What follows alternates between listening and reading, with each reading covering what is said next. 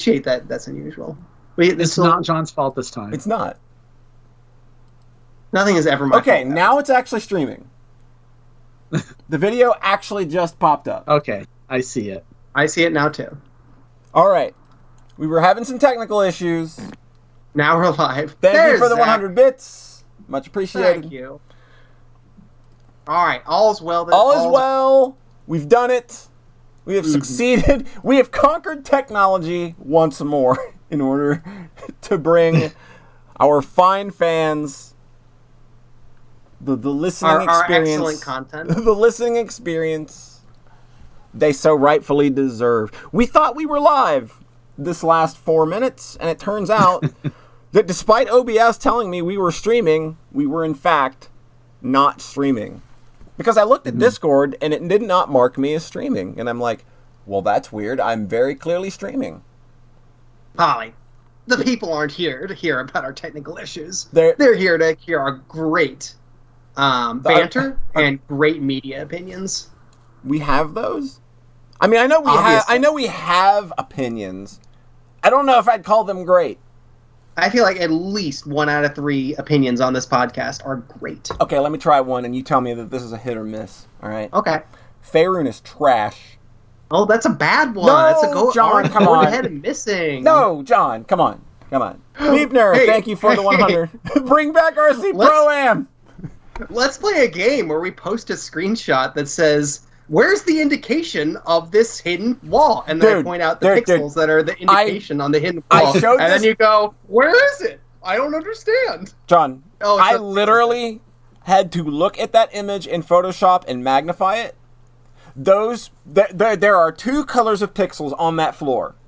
One of them does not read well on my monitor at all. You cannot see it. Okay. I was only able to tell it was a different color because I was using the control click button to look at each color individually, and I noticed that it changed on 1 pixel. Oh, okay. So that was it was a technical issue on your end. That's a technical issue. Because I showed it to a bunch of people, and they were like, I can see a small change in the pixel color around that part of the wall, and I literally don't see it. Either 1, you all are lying. 2, I'm colorblind, or 3, this is a technical issue, and it was a technical issue. That's where my brain went to. It's like, oh my god, is Polly colorblind? Is this how we find out? And she's colorblind. I think I am colorblind to some degree, but I don't know if it's that kind of colorblind. Mm-hmm. Hey, want to know what I think of Faerun? Yes. What do you? You played it. That was good. Rhett came through with the big raunchy fart and the resub. That was very well timed. You coordinated that very well. Yeah. Thanks, Rat. Yeah, Rat did actually play it too. So your Sockscast approved in my heart. Oh my god. Don't worry. It's like 33% approval rate of the Sockscast. Rat's like, I don't like that the combat, you just touch the enemies. It's bad. It's not combat. It's and not. Then Holly's like, I don't like these. They're not puzzles, and that means no. Whether or not they're good doesn't matter. What matters is that they're not puzzles. John, make no mistake. I hated the combat and the puzzles. Like, no, it's fine. Like, we literally hated everything about this video game. Yeah. I'm going to make a game exactly like this. Oh, fantastic. I love it. I've been dying to make a game like Faerun. I want a whole bunch, like, so many more invisible paths that are not indicated anywhere. You know what almost happened with this game? You know what almost happened with this game? I almost opened a Game Maker and said, I can do better. Hey, that's something. I was like, I can make this game, and I can make it better, was my thought. And I almost fucking did it. I'll help you. All right, John. We will make our own Faerun-like. Me and you. Collaborating once again. You heard it right here, folks. I wanted to do it. I'll do it with you. We can funnel both of our energies into it. All right. But John likes Faerun. That's perfect. That's a great energy. We got one person that likes it, one person that hates it, and thinks that they can make a better version of it. We can do this. I think that we got all right. Next project by John and Polycorp. There it is. Fabulous. We don't have a name for it yet, or a premise, other than it's going to be better than Faerun.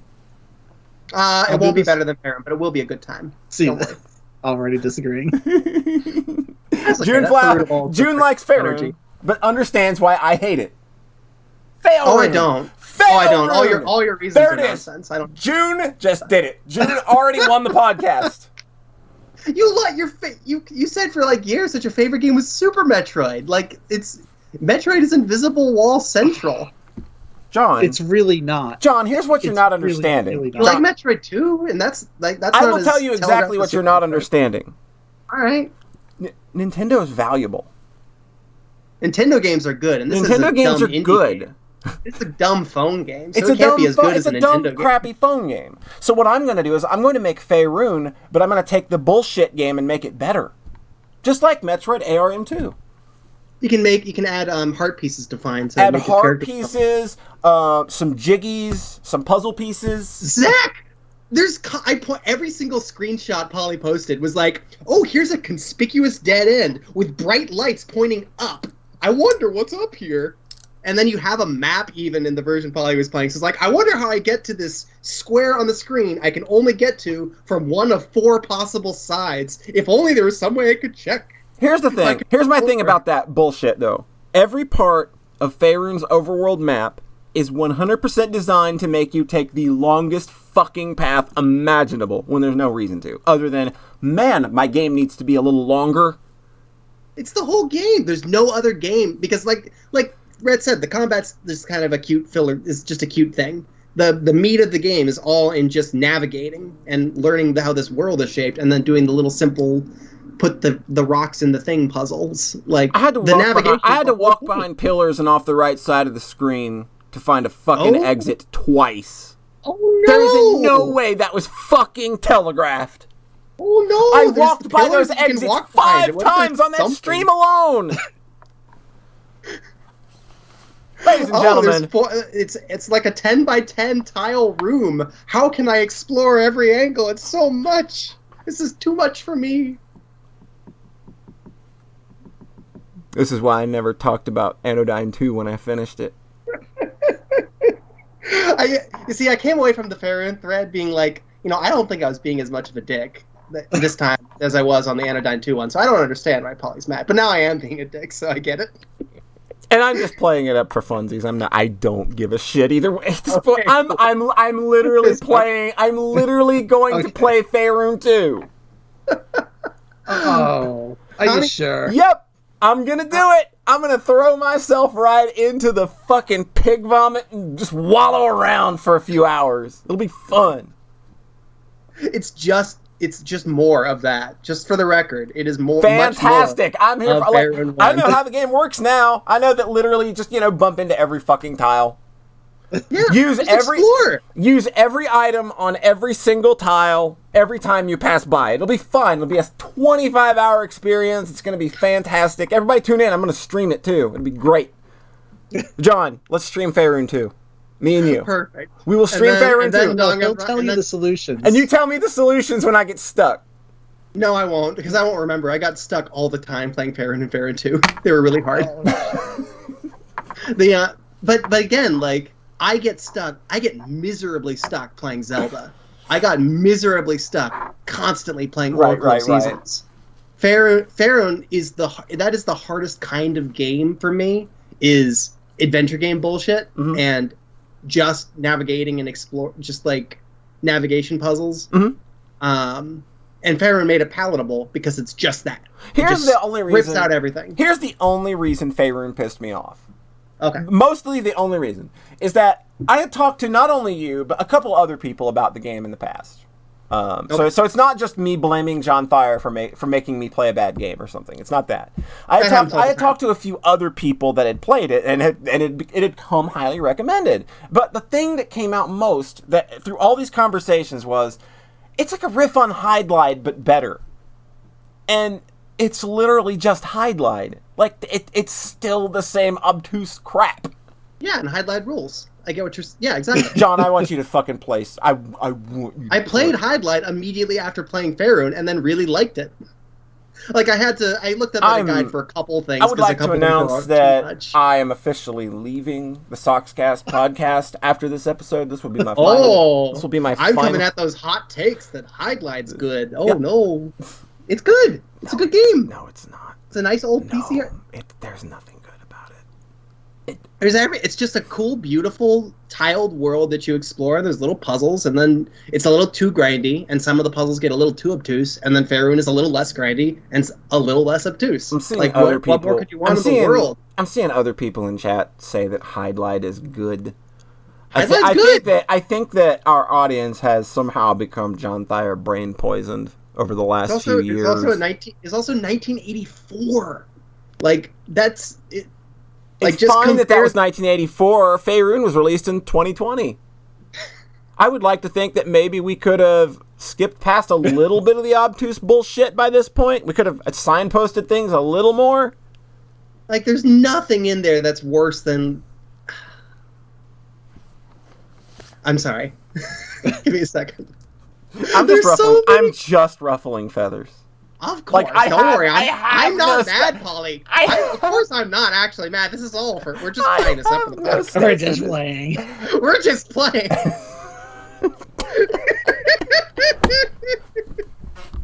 We haven't done the intro yet. I'm tacking this on at the end of the episode because it's a little long for an intro. Yeah, but it's the first game we're discussing. Probably just went first. I'm just gonna tack that on at the end. It'll be funnier that way. All right. Okay, Rhett, did we say May 10th? Yes. No, we haven't done... I mean, yeah, we're agreeing. Okay, that's what we're doing? All right. I guess. I was just making sure I had my information. Yeah. In fact, you're having a discussion.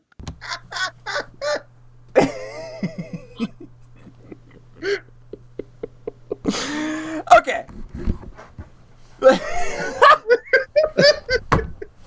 This energy. It's good energy. We got a lot of good energy. Good enough to have for a podcast. Ladies and gentlemen, welcome to Sockscast, episode 115. If you want to know why we're in such a mood, tune in. Stay tuned after the podcast is over to find out what happened before the show. It was just a little long. It ran a little long for it to be an intro, so just stick around after the game over and you'll find out where that energy came from. But yes, welcome to episode 115, brought to you as always by Moon Pies. Moon Pies, now available at a Honker Burger near you. All right, we got some important news to pass along to everybody. We've made a decision, a very big decision about lists. Game of the decade. We've kept this thing going for a while now, and it's time we kind of put an actual date on it. We pushed it back a little bit because of the whole, quarantine thing happening around the world. Yeah. And everything. But I think it's time we finally started to commit to a date. We would kind of like to have everybody's Game of the Decade lists in by May 10th. That gives you another 3 weeks or so to get things taken care of. I think that's more than fair. I think that's good. We've had this thing going for what, 2 or 3 months now on the forum. Yeah. So. Yeah. I need a deadline so I can actually finish it. Otherwise, I will not. Yeah. It was originally going to be like early April, and then mid-March things took a turn. Yeah. Worldwide. Yeah. I certainly did not feel like doing my list. I was like, well, nobody else does except Polly.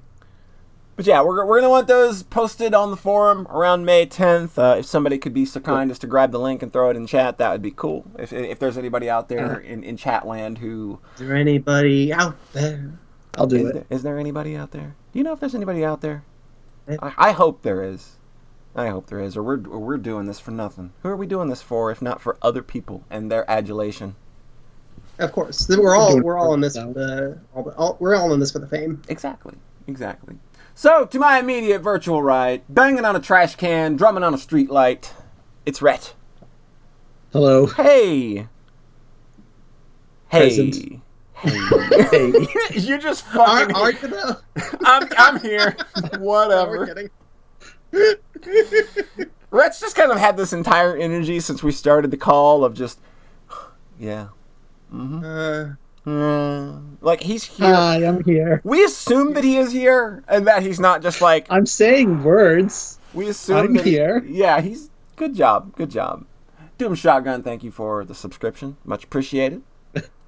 Yeah, so I would ask if you're ready for a podcast, but I don't think that's really the question to be asking you right now. I think the question is, how high are you? 0. I don't smoke. You sound real high today. Just Swear to God. Yeah, you're just real out of it. I'm real just kind of fucking dissociated. You're just ready to be done with social interaction. Remember, on the last podcast, I was like, I have to go back to work. Why the fuck are they making me go back to work? So I went back to work, and I basically blasted Symphogear music in my headphones for 2 weeks straight. Damn. That just pulled me through it. I just allowed you to punch your way through 2 hard weeks. Literally. Cool. Yeah. That's right. Just head down, put the tunes on. Just throwing fists wildly. To my immediate virtual left, one little voice is calling him. It's John Thayer. Hi. Hey. You sound a little more ready for a podcast. I had some. Sorry, June posted part of their list in the chat. Oh boy, here we go. Oh, that's a good one. Wow. All right. But I'm high on life. Good thing to be high on. And the company of my friends, and getting mad with friends about video games. Not actually. Wait, you have friends you talk about video games with? Mm-hmm. Huh. Occasionally. On Twitter. Huh. Weird. I mean, I know we talk about video games with you, but then you said you had friends that you talked about video games with. John's high on Silas twists. There you go. John's high on Silas twists. Of which there are a lot. There are a lot. That game goes. They're pretty juicy. That game goes, man. Yep. It's pretty good. So, Rhett! I'm going to wake you right back up. We're throwing it right. See? Hi. You thought I was going to start with John, the way we were getting all chummy there and talking about Silas, and you were ready for it. And you were like, all right, time to go take a fucking nap. I thought so, too. But it's fine. I want to wake right up, too. Yeah, we need to come on, Rhett. Get your head in the game. We got a podcast My to head's do. here. Get your head in the game. Gotta get you. I've seen a lot of High School Musical content on the feed the last couple weeks, and it's been nice. I'm sorry. I tweeted some. Nobody appreciated the High School Musical Fate Stay Night mashup I posted. I don't appreciate any Fate Stay Night content whatsoever. So you appreciate you appreciate the High School Musical content. You just don't like it being mixed with. Oh yeah, Polly, that's not true. You love it when I some certain Fate girls in your DMs. This is true. Send me all of your shooting doji, please. Yep. I don't know who the character is. Don't give a fuck. Don't want to know. I don't know who shooting doji is. And she's got a look. Fate Go. She's got a look. We'll just say that. The look is called Not Many Clothes. Yeah, the look is called Not a Whole Lot of Clothing. That's the Ishtar look, and I'm a fan. Yeah, the Ishtar look is pretty good. I keep thinking she's Tosaka though. I mean she is. Oh, she's intentionally the same design. She's a different person, but man, I don't know I haven't played that. We're literally out of design. So quick, bring back the famous one and just make her naked. Just the same as all of the saber faces, but they did. That's what I realized. Like they have just relied on those 3 original character designs for the girls many times because they did Ishtar, who is just Rin, and then they did the blonde Ishtar. And there are like 6 or 7 Sakuras that live on the moon. There's like the Sakura 5 or something, BB, and a bunch of others, and they have different breast sizes. That's the difference. My fucking head is just... I can feel parts of my skull starting to crack with the pressure that is being provided from the information that has entered my ear holes directly because I'm wearing every other earbuds. character is just a saber. Basically, all you need to know about the Extended Fate universe is that it's all just kind of building off the strength of that initial great story, and that everything is just kind of riding off of that sweeping success. As we $2 billion of dollars. Yep. My favorite character is the Saberface who wants to kill all Saberfaces, but she herself is a Saberface. Mysterious Heroine X. Maybe Mysterious Heroine X Alter? I can't remember. I think it's just there is. Okay, there is an alter version of her. Oh my god. I can't even. What in the world? I played a video game.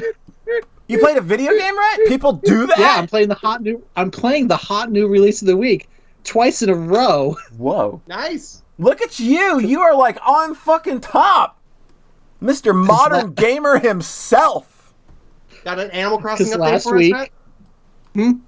You're gonna just talk about all the new things that have happened in Animal Crossing, right? That's all the content on the internet. You ruined my joke, John. 'Cause I was gonna say last Damn week I was playing Animal Crossing, and this week I'm still playing Animal Crossing. Nice. How's life? Really not a whole lot to say about that, though. I've been playing the Final Fantasy VII remake. Hey! That's right, because everybody's really managed to say a lot.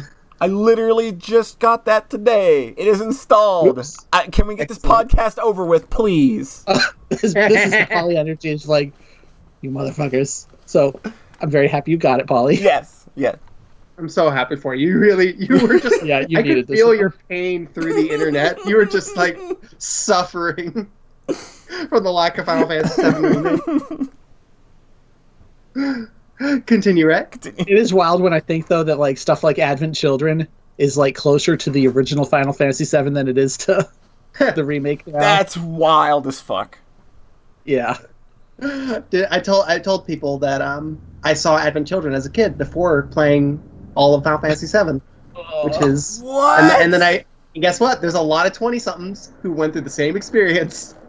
How do you even begin pick up Final Fantasy VII Advent Children, and having never played the game? How do you make any sense? I mean, not that how do you even make? Not that there's much sense to be made of that movie, since 80% of it is one action scene, but. Basically the pop culture osmosis that you all put into the internet of how fucking cool Sephiroth was. I didn't do that because I don't think Sephiroth's cool. Sephiroth's very cool, Polly. Come on. Is this one of those? If you're idolizing him, you're missing the point. You're doing characters. it wrong. Yeah. No, it's not that he's like a good person. It's that he's really fucking cool.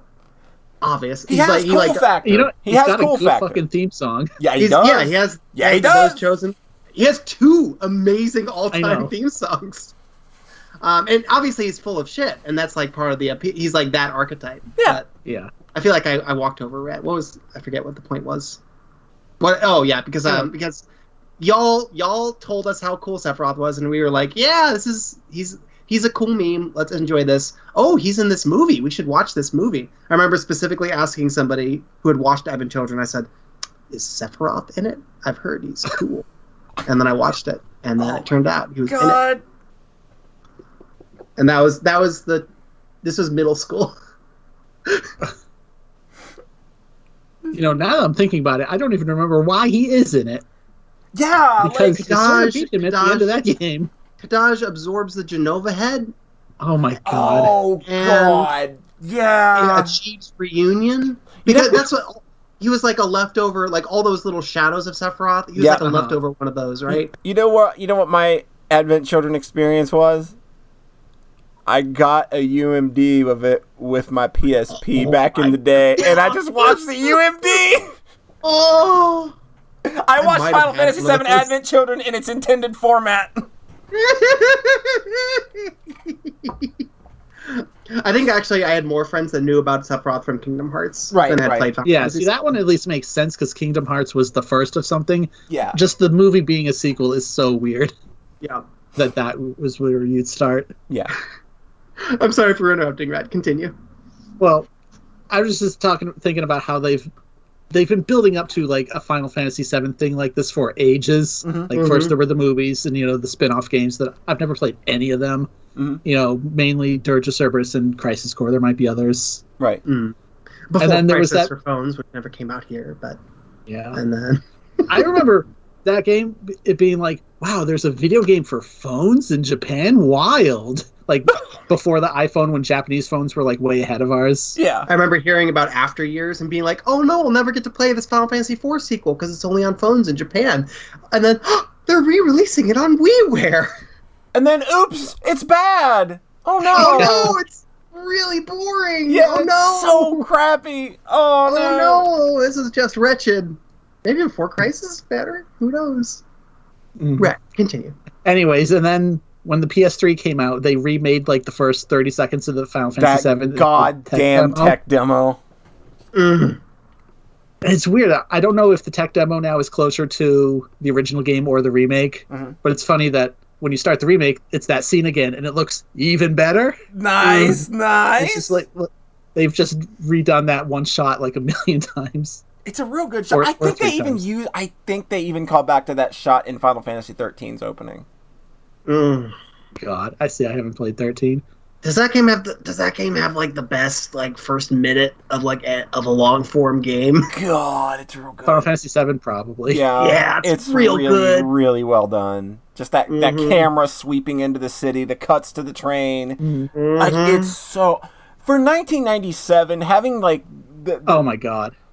Having the technical know-how to put together a scene like that for a video game and like having the ability to direct it that well, it's just kind of mind-blowing.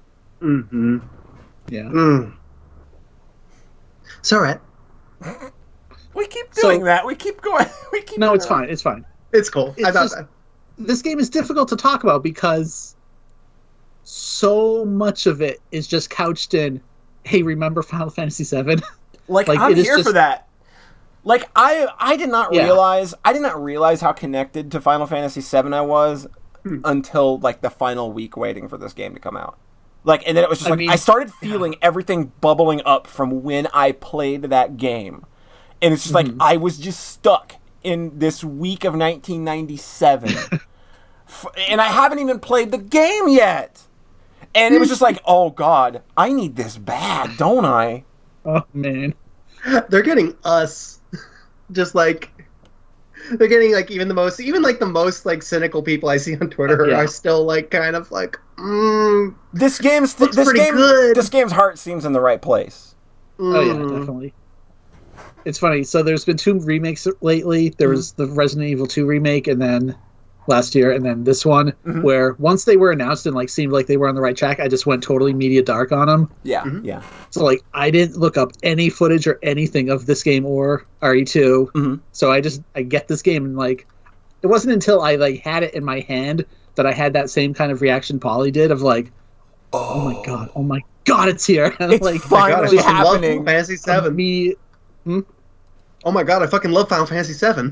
Yeah, I kind of realized that. Like, I'm starting it up and, like, 5 seconds in getting tears in my eyes. Like, oh, this really did mean way more to me than I thought. Yeah. Jeez. Yeah, like, I did not realize. Like, I knew that it was something I wanted to play. I didn't realize it was something that I needed until it was, like, there are streamers and YouTube people that I followed that got it early and were allowed to post video, and then I saw those videos popping up, and it wasn't fear of missing out, it was, oh my god, it's 1997 again. I literally feel like I want to throw on Metallica's Reload album because that's what I was listening to when I grinded in that game.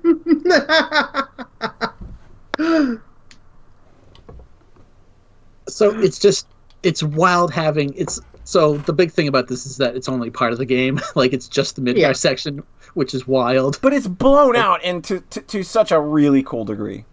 Yeah. So it's like when I say they're remaking this game in like exquisitely loving detail, it always has to kind of, I think, be couched in they're remaking part of it. We don't know. We don't know if they succeed yet because it's not done yet. But it's also they're remaking Midgar. Yeah, the kind of the best part. Yeah, like Midgar. Like I think that latter-day Final Fantasy VII conversation has really turned to about how really cool and relevant that first arc of the game is. Yeah. And this game just being that and letting them focus on that, like it's very cool. Fucking here for it.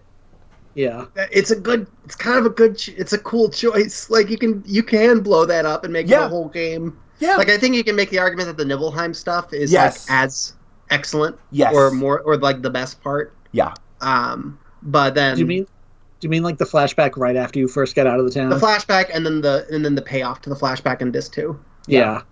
Just like and then the Midgar stuff. That sort of encapsulates. That's why I don't like the game is only good on Midgar, and like no, there's Nibelheim. No, like it's not. No, there are lots Midgar's of really this great. Part. I get that. Yeah, I get what. I remember seeing months ago, like this doesn't have anything to do with the current game. Just somebody saying like their way of doing it would be just to cold open the second part with the Nibelheim flashback. Yeah. Like, don't even have them, like, start the flashback and go into the town and stuff and rest at the end. Oh, that's just start with it. Oh, that's tasty. Just start with it, like Cloud and Sephiroth on the truck or something. It's the coldest of fucking opens, dude. Oh, that would be a lot. Oh, man. But I don't know how this one ends because I'm not there yet. Yeah. I wasn't even there in it, and I still really love Final Fantasy VII.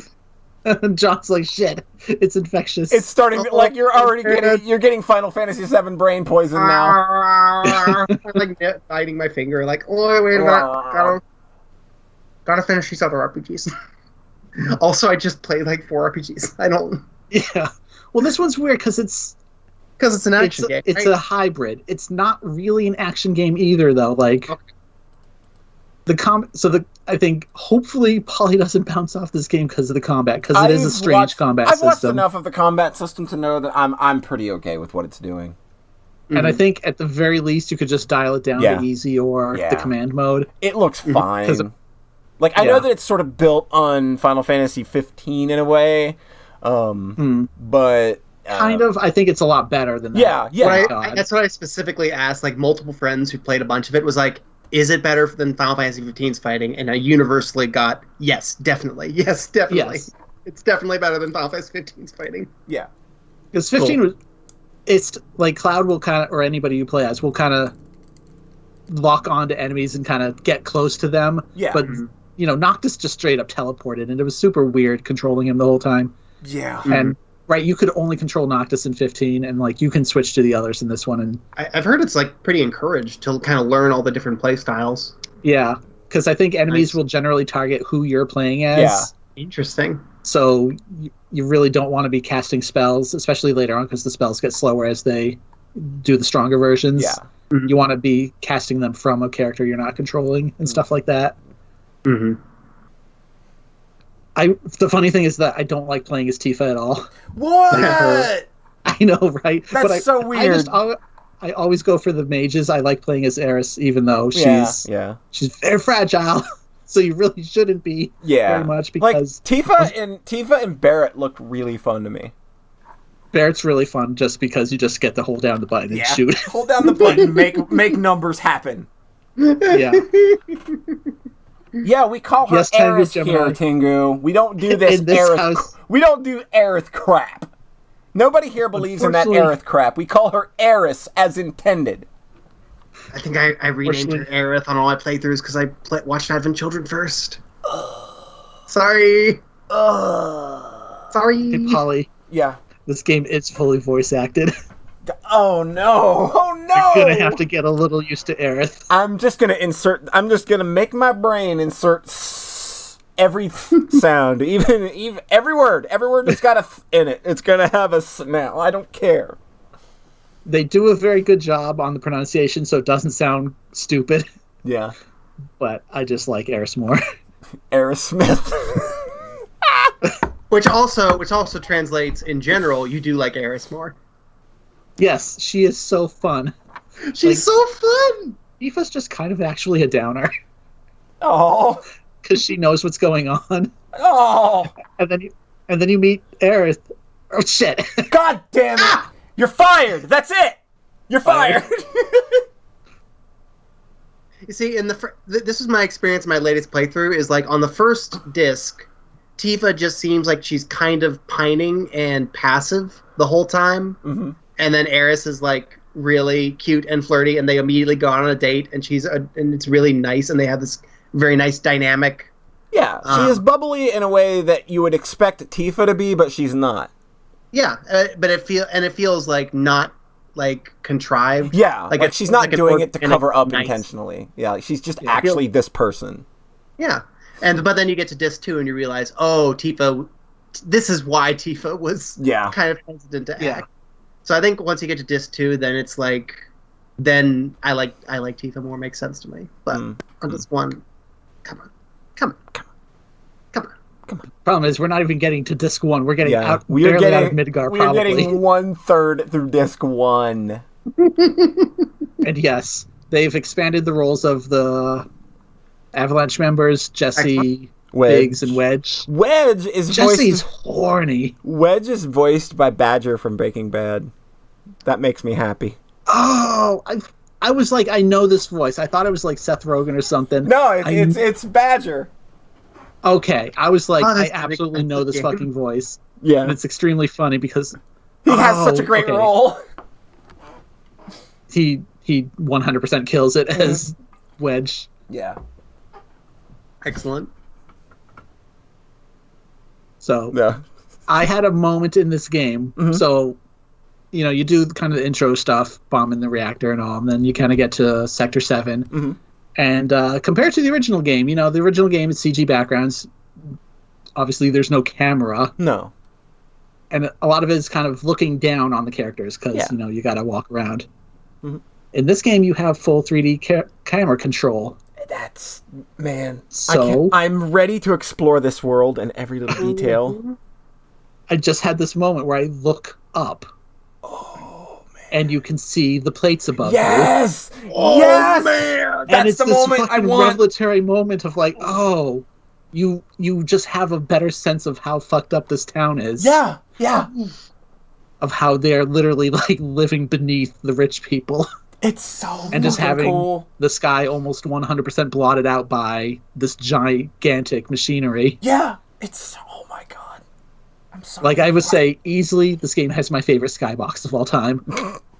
Because just being able to constantly look up and see, the center of town and the plates above you. Yeah, like just never gets old. It's that ominous danger and like knowing in the original game what happens. Like, looking up and seeing all that shit is just like, oh, man. It's so ominous. Just being able to visualize it now. Like, obviously, that's always what it was, but, like, there's something about just being able to look up. Yeah. That just makes it so much creepier. Does Barrett call that plate a pizza at any point? I'm pretty sure they do. Okay, good, because that's one of my favorite lines from the original. Like, I don't think the script is really the same at all. No, just because the whole nature of the game is it's spoken now changed. and that was kind of a bad translation, but the fact that oh my god, the soundtrack calls it a rotting pizza. Yeah. That's so good. Oh god, I love Final Fantasy VII.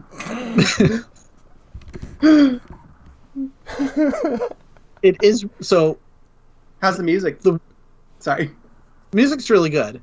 Cool. I mean, it's a lot of the same songs, and remixed in kind of a more modern and orchestral style, but it works. Cool. And then like there's radios that play like really quirky remixes of classic songs. And I think Final Fantasy 15 did this as well. And it's weird because I'm not even sure where you can go to use them, but it's like, oh, here's like Rap to Chocobo. Don't you play music in the car in 15? Yeah, but you don't have a car in this. That's what I mean. Oh, so there's like no. You're collecting all these songs, but I don't know where to use them. Oh, there's probably something later, I imagine. I mean, I think you can use the first couple in Tifa's bar, but it's not like you're going back there very often. Yeah.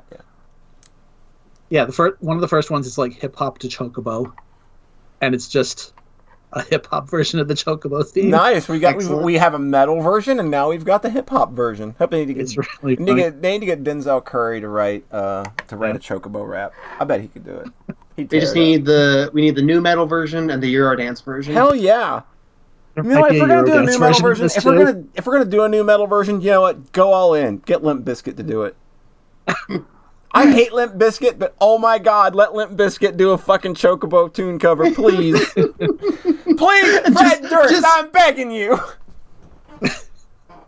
Would Pat just immolate where he stands? Just instantly. He would just combust. He would combust the moment it was recorded. ICP Juggalo de Chocobo. There we go. That's what we need. I need an ICP version. Hey, you know what? We can get a hold of ICP on Cameo. I bet I could get Violent J to rap about Chocobos. I'm considering it because it's $100, but I'm considering it. Who thinks we should get Violent J to rap about Chocobo? Yeah, Rhett. Well, just moving on, like, the script seems to make a lot more references to kind of the world outside of Midgar early on, which is kind of nice. Like, they've mentioned Costa del Sol, and they bring up the war a lot, and they straight up, like, they name drop Wutai a lot, which I swear they never do in the original game until, like, way later. No. Like, Wutai is not a thing until... Isn't Wutai almost fucking optional? It's so weird because the whole backstory of the game is that there's this huge war between Midgar and Wutai. Sorry. You got such bad timing with those sometimes. Sorry, I just looked up the lyrics and it's so cute yet fierce. Is he from hell? I cannot tell, yet I don't even want to know. That's the 13-2 Chocobo song again. I just always... Is he from hell? Okay. Another thing about... So, they name drop, places, and they bring Wutai into the story far earlier, and that's nice. That's cool, yeah. And I wonder if they're going to have to really kind of glow up that city to make it... absolutely. Like, that's probably going to be a lot more involved, I would think. Because they have to be, on par with Midgard to justify the fact that this huge war happened, a few years ago, that they keep mentioning because Cloud is ex-soldier and stuff. Yep, it's going to have to be big. Like, you have to imagine Yuffie is now going to be a pretty big part of that story. Yeah. And, random NPCs will just be, grumbling about, Wutai traders and stuff like that. It's not a ton, but it's definitely there now. Right. So they've added stuff, obviously. They took, say, a 5-hour chunk of the game and blown it out into 30. Yeah. So it's really weird the first time, you're going through the story and it's about the same as the original, and then the game kind of screeches the brakes pretty early on. You just hit a town, and it's just it's side quest time. Side quest time! Let's do it! And I'm just oh no. And every time it does that, it doesn't really get a whole lot better. Oh, that's kind of unfortunate. Yeah, I was hoping that stuff wouldn't at least be bad or anything. It's maybe just kind of like a road bump or something. I think the first section is probably the worst one, which is wild because it's your kind of first impression. You're maybe not even 2 hours into the game, and it's hey, can you go kill 4 enemies for me over here? I'm are you fucking kidding me, game? Are you literally giving me kill quests? And it's literally giving you kill quests. That's a little. And it's it's just you go to this one little area, and it's very clearly handcrafted for this kill quest, but it's weird. And I think if you do everything, there's an optional little scene with Tifa, which was nice. Nice. But, I think the later areas are better about that stuff, but it's every time they hit the brakes like that, it's a little awkward. It's a little jarring because it's very contrived in that, we're hitting the brakes now because we need a little padding. Yeah. So that's also now we get to spend a little more. It's sort of let's feel out Midgar a little more without it being necessarily big plot time. Yeah. Which the original was almost all stuff. Big plot time. Yeah, they're trying to add a little character to the place with the side quests and maybe not going about it the best way. Yeah.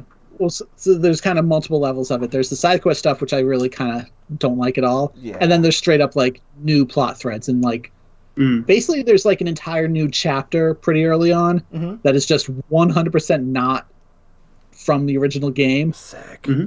But it's it's a very linear section, and it they're doing it to flesh out the Avalanche members a lot, which is nice. Yeah, they need it. They're really going for that. They kind of need to make you care about these characters a little more than they had to in 5 hours of game time. Yeah. And then there's this, I mentioned Advent Children earlier because there's this one part where they channel that level of ridiculous over-the-top action. Nice.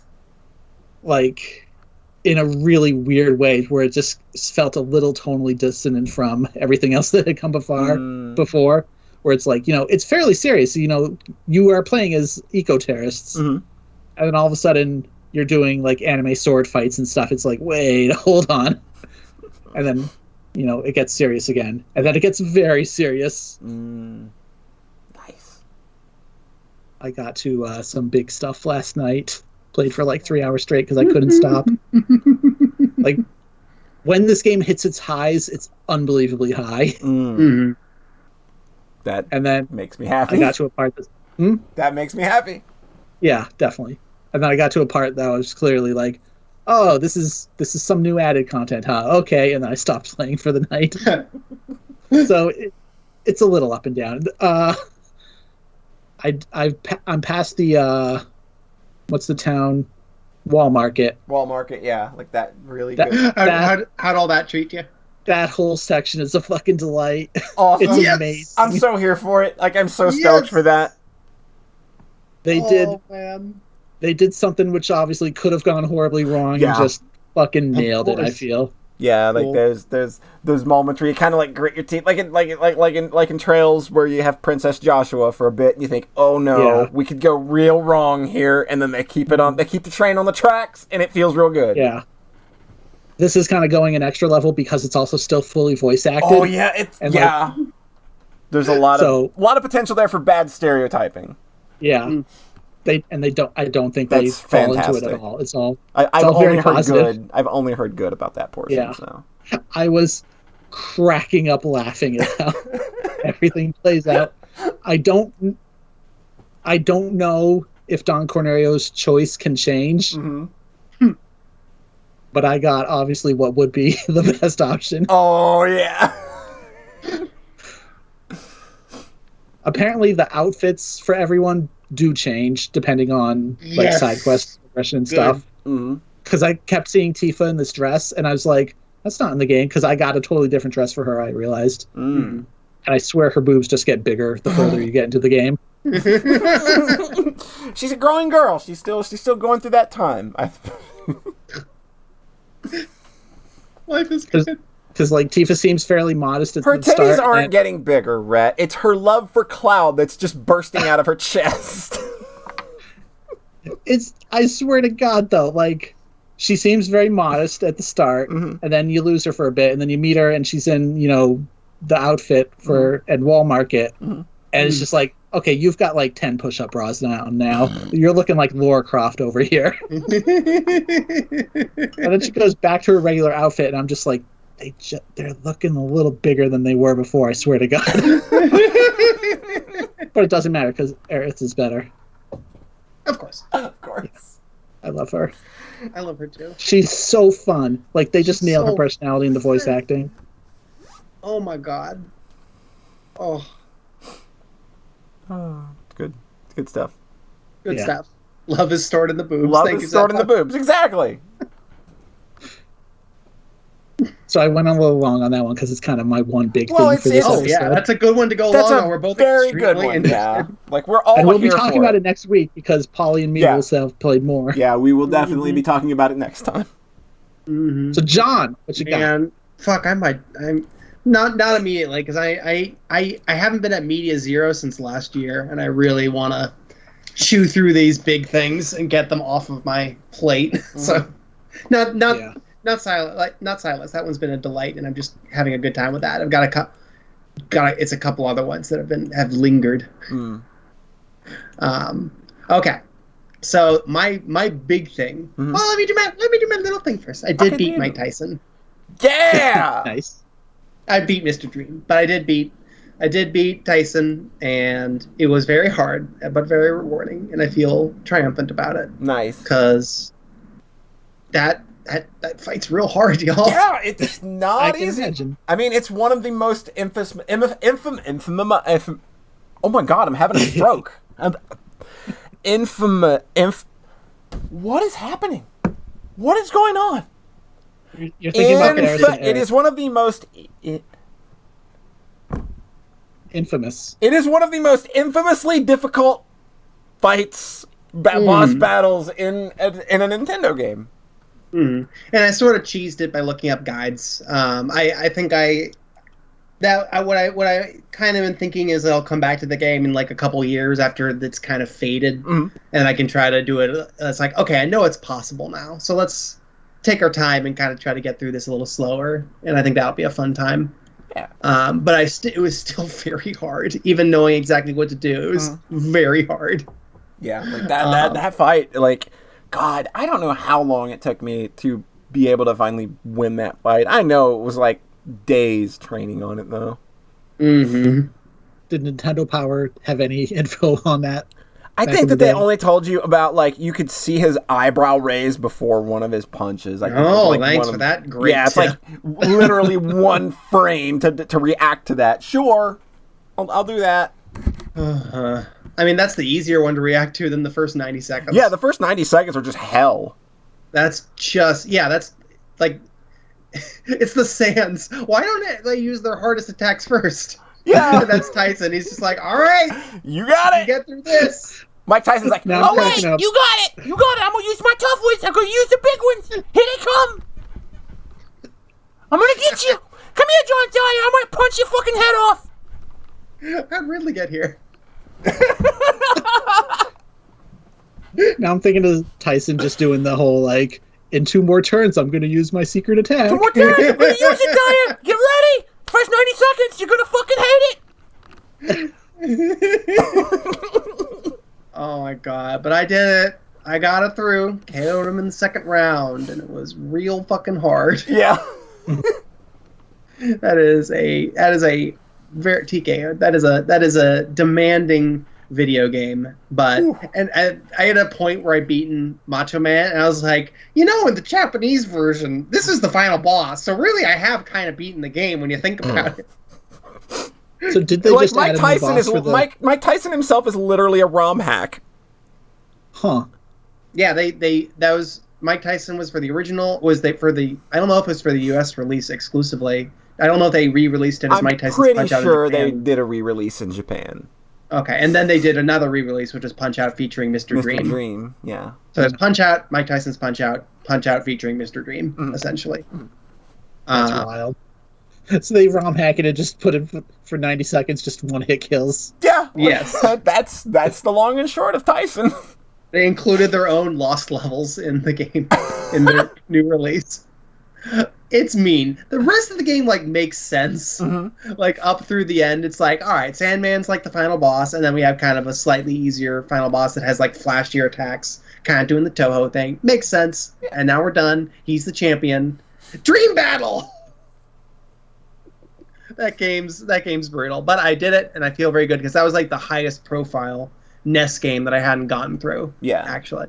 So I was there. It's number 2 on our site list. Yeah, it's kind of a really fucking great game. It's a fucking great game. Yeah, right. I just remember being so shocked when that ended up as number 2, but I was like, it's totally fair. It is worthy. Yeah. I just didn't see it coming. Didn't think that it resonated that much. I didn't think that it would hit that many lists, and then it ended up being on nearly every list we got. Mm-hmm. Because it's a great game. I recognized that as a kid. I recognize playing it now, and I could see the path to being able to consistently beat Tyson. Yeah. Even on an LCD screen, like my 3DS. So I said, I have a friend that goes it's doable. I have a friend that beats Tyson regularly at a local barcade that he goes to, and they use LCD screens, and it's just basically a parlor trick for him to go in and do it. Nice. So. Yeah, it's just probably a little bit stricter, but it is within the boundaries of human possibility. Yeah. I was looking down my NES list and I saw that Highlight was 2 stars, and I'm like, oh, maybe I should bump that up. Actually, there we go. On my backlog tree. I'm gonna punch you in your dick. So the big thing that I played, I started this back in February, and it's a long RPG, and it's Tales of Vesperia. Yeah.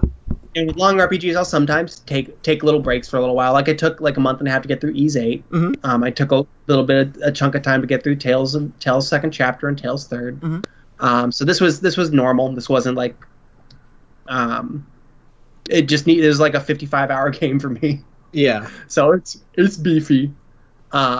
This was my first Tales game. I have never touched a Tales game before now, which is weird to say, because with almost any other big series, I at least as a kid loaded one up in an emulator. Yeah, Symphonia was pretty.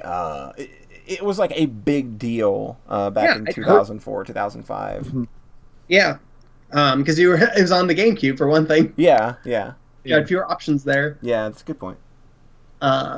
I remember buying Tales of Destiny and nobody knowing what the hell that was on PS1. So pretty an unknown series until Symphonia really kind of picked things up here, I think.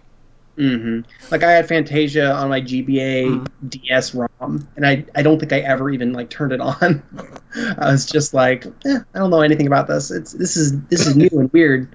But at this point, it had after for the last 5 or 6 years, it was this is kind of growing in my head. Oh, Trails is fantastic.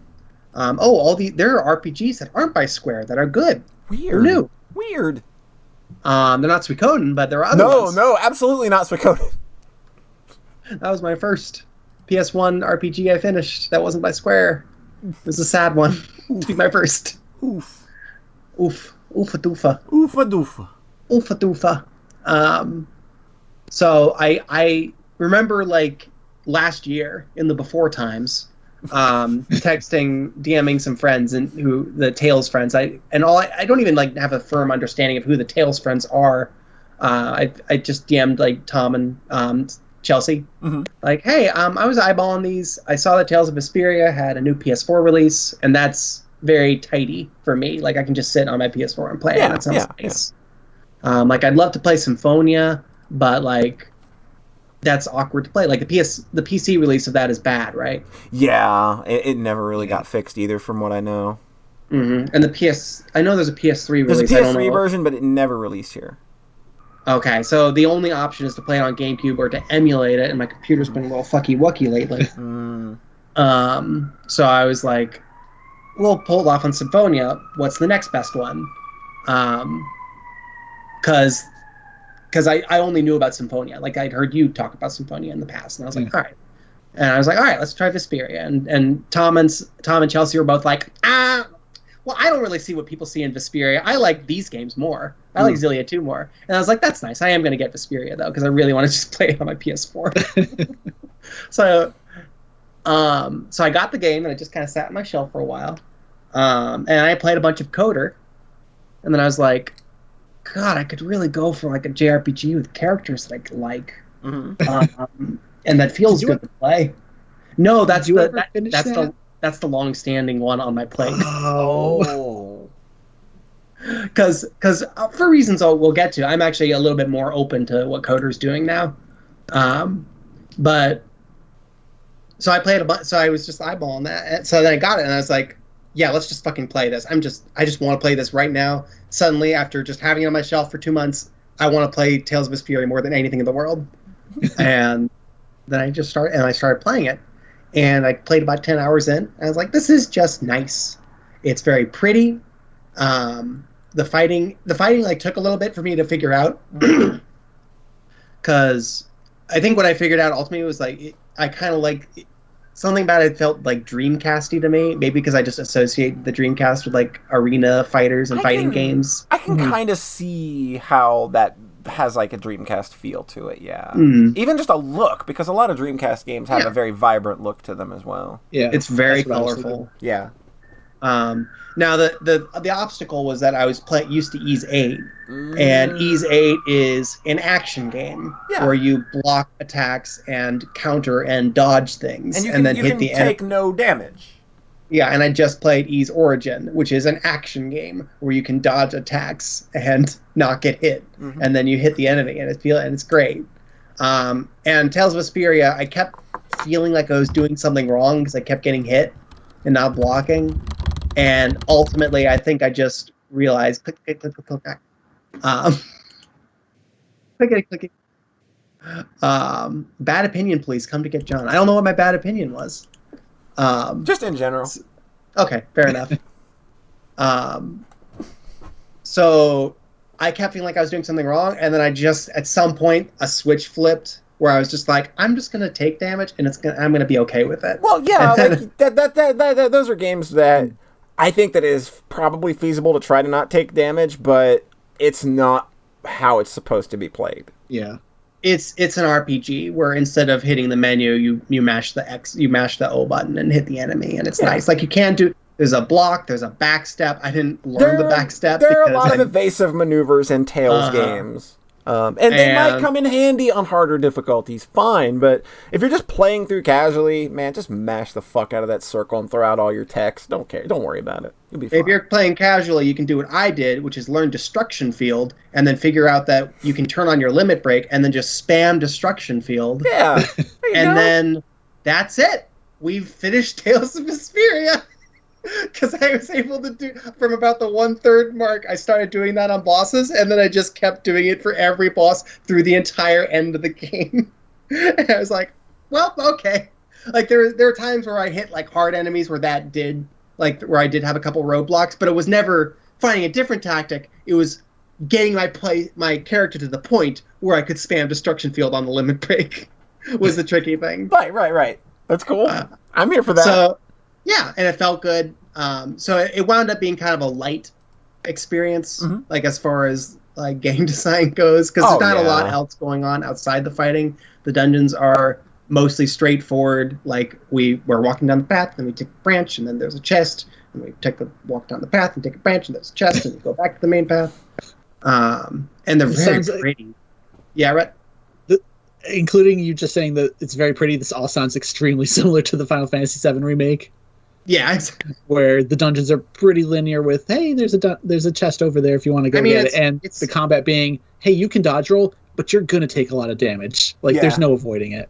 Mm-hmm. So, like and this was what was making me think like I might like Coda now, because I think that this is a very light in-game design experience. You are mostly just kind of being funneled through a story. It's very linear for the most part, even though there is a world map. The fighting is never too demanding. Like I remember a couple people hearing like, "Oh, these difficulty spikes are just hell," but it's sort of just that there's one hard boss early on, and I like grinded up 2 levels in 15 minutes, and then I beat him, and I was like, "All right, we're good." So as far as the actual like, so the game RPG part, it was pretty straightforward for the whole 55 hours, and that was probably kind of the most sort of exhausting thing about it, and why I think it took me so long, is that there wasn't too much happening in my brain meats for those. Yeah. And I articulated to friends, and that an axiom of game design for me and how I play games, and that is that I am always going to try to find the most boring possible way to play your video game. And it is not my responsibility to fix that. It is your job to keep me from playing it in a boring way as I fight tooth and nail to find that boring way.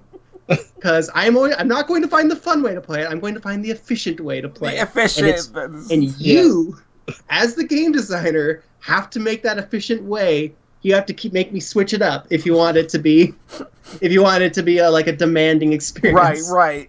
Oh my god. Because you can control other characters and tails. I didn't do that. There you go. You learn like 30 skills or something. I didn't do that. You learn burst arts, which are special moves you activate during, but to spend your limit break thing to do a special super art. And then there's Mystic Arts, which you activate like after Burst Arts when you have at least 2 limit gauges, and it does a full like limit break animation. I didn't do that. No, like that's basically how I just always seem a little over designed with stuff like that. Yeah, like Tales of Berseria has a similar problem where like it's got all of these systems and like enemy types, damage types, and like there's weakness chains and everything. And it's just like, man, I'm just gonna press X a whole bunch, and Velvet's gonna make things disappear no matter what. I only got like 2 hours into that one, and it was just like non-stop tutorials and combat stuff, and I'm just mashing X. It's fine, game, please. Yeah, like that game is way too heavy on its tutorials at the start, but it's literally just press and X. Just systems and systems and systems. There's so many needless systems in that game. You don't need to engage with a single one of them. I've heard Rise is dialing back on that shit, though. So I'm excited for that, and that I hear that Arise is dialing back on that shit a bit. So yeah, that's nice. There's an optional dungeon I did a bunch of, and then I just effortlessly beat the boss at the end, and I was like, all right. And then I found out that the way you trigger the super boss in Tales of Vesperia is to collect all the ultimate weapons, and if you do, the final boss is like 12 times harder.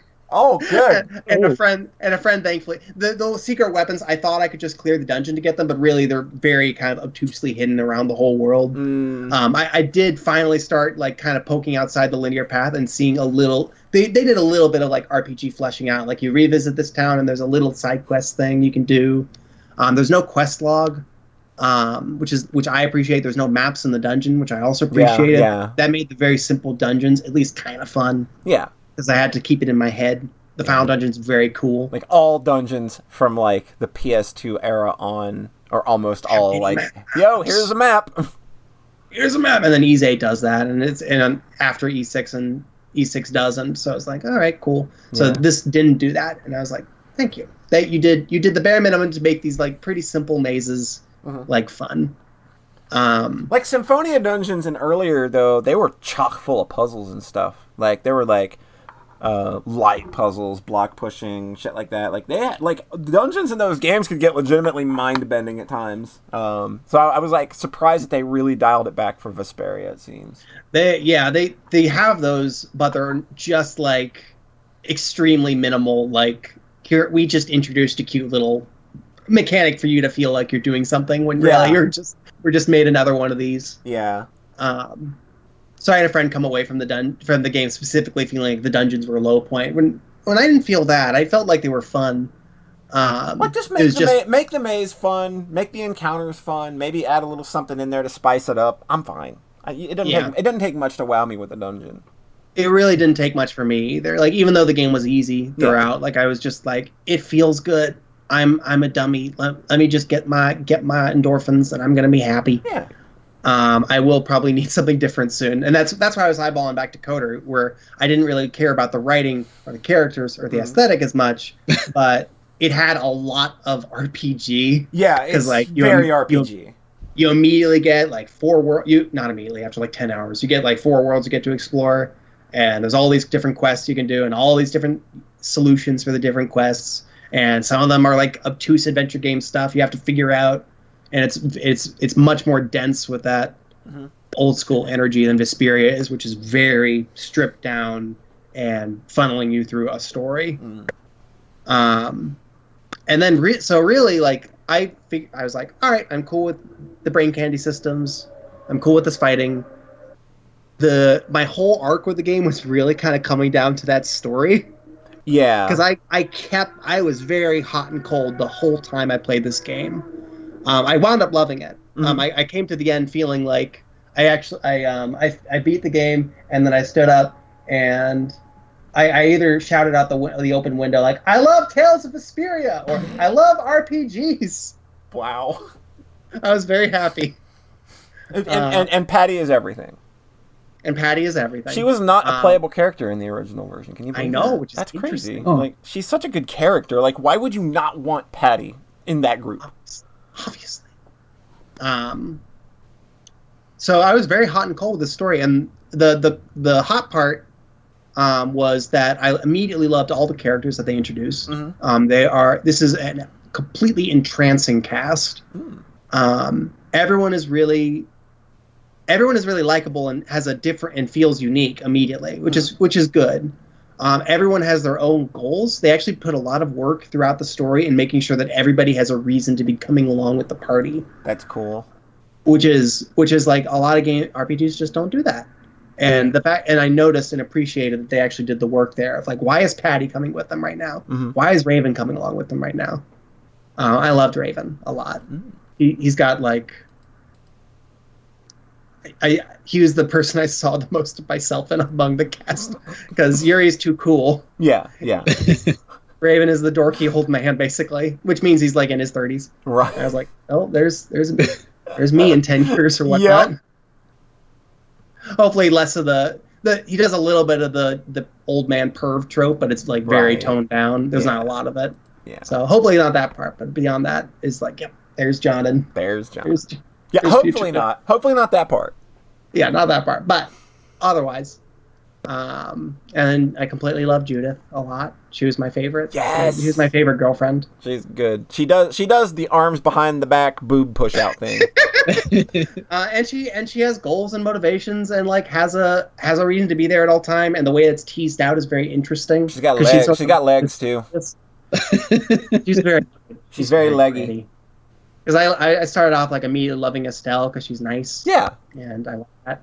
And then we met Judith, and I was like, oh, because she and Yuri have like a flirty dynamic immediately. That's very like low key, in a way that made it feel very real. Yeah. To me, I was just like, oh, they're not overdoing it. Y'all are gonna get married. Yeah. You're gonna get married and have very, very, very, very wholesome missionary sex. And then Yuri is great. Yuri Lowell, not played by Yuri Lowenthal. Not played by Yuri Lowenthal. Who did play the protagonist of the immediately preceding Tales game.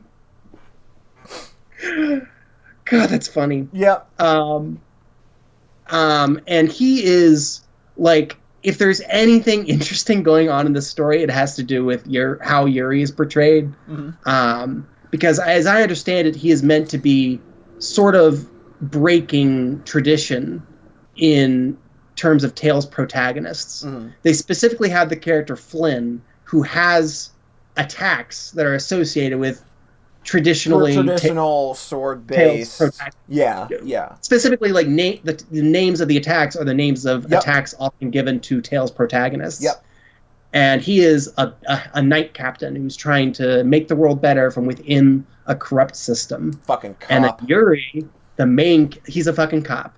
And I fucking loved him by the end of it, which was amazing that they managed that. Yeah. And then Yuri quit the Knights because he figured that he could not change the corrupt system from the inside. Mm-hmm. And then he just kind of drifted along for a while. I'm talking a long time, so feel free to go. Go. By all means, I'm here for this. Cool. Yeah, I'm feeling good about it. But he decided, like, this is stupid. I can't change the world from the inside of this awful organization. Mm-hmm. So he just sort of, when you find him at the start of the game, he's just kind of drifting aimlessly. He occasionally just helps the people around him. Like, you can tell he's a good guy. Mm-hmm.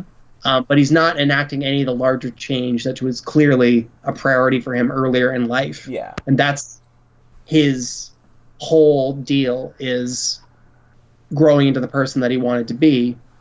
And then that being a parallel journey with Flynn, who is working from within the system. Yeah. And this all sounds like very interesting, and like you could make a very juicy story about this. It is contained within a 55-hour game. Yeah, so it is very sparse. It is sparsely sprinkled. Yeah. It is parsley on top of the main dish. Like, it is one dash of oregano in like a 10-gallon bucket. What's the word for the bullshit medicine? Snake oil? No, the one that's specifically like a tiny bit of actual medicine inside water that's diluted forever.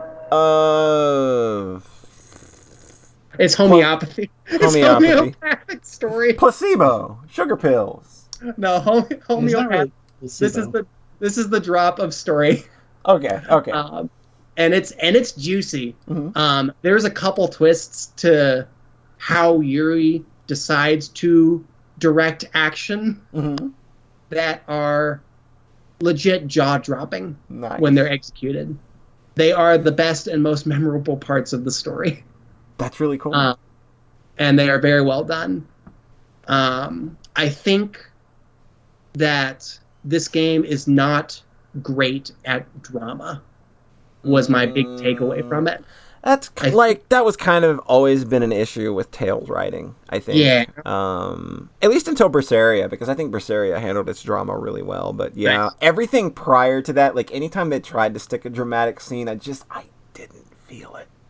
Yeah, like there are like big act break climaxes in this game, and they just didn't land for me. Yeah. And it's just because they're not those juicy conflicts with Yuri. They don't really evolve into a big climactic confrontation where he has to face like the consequences of those choices. Right.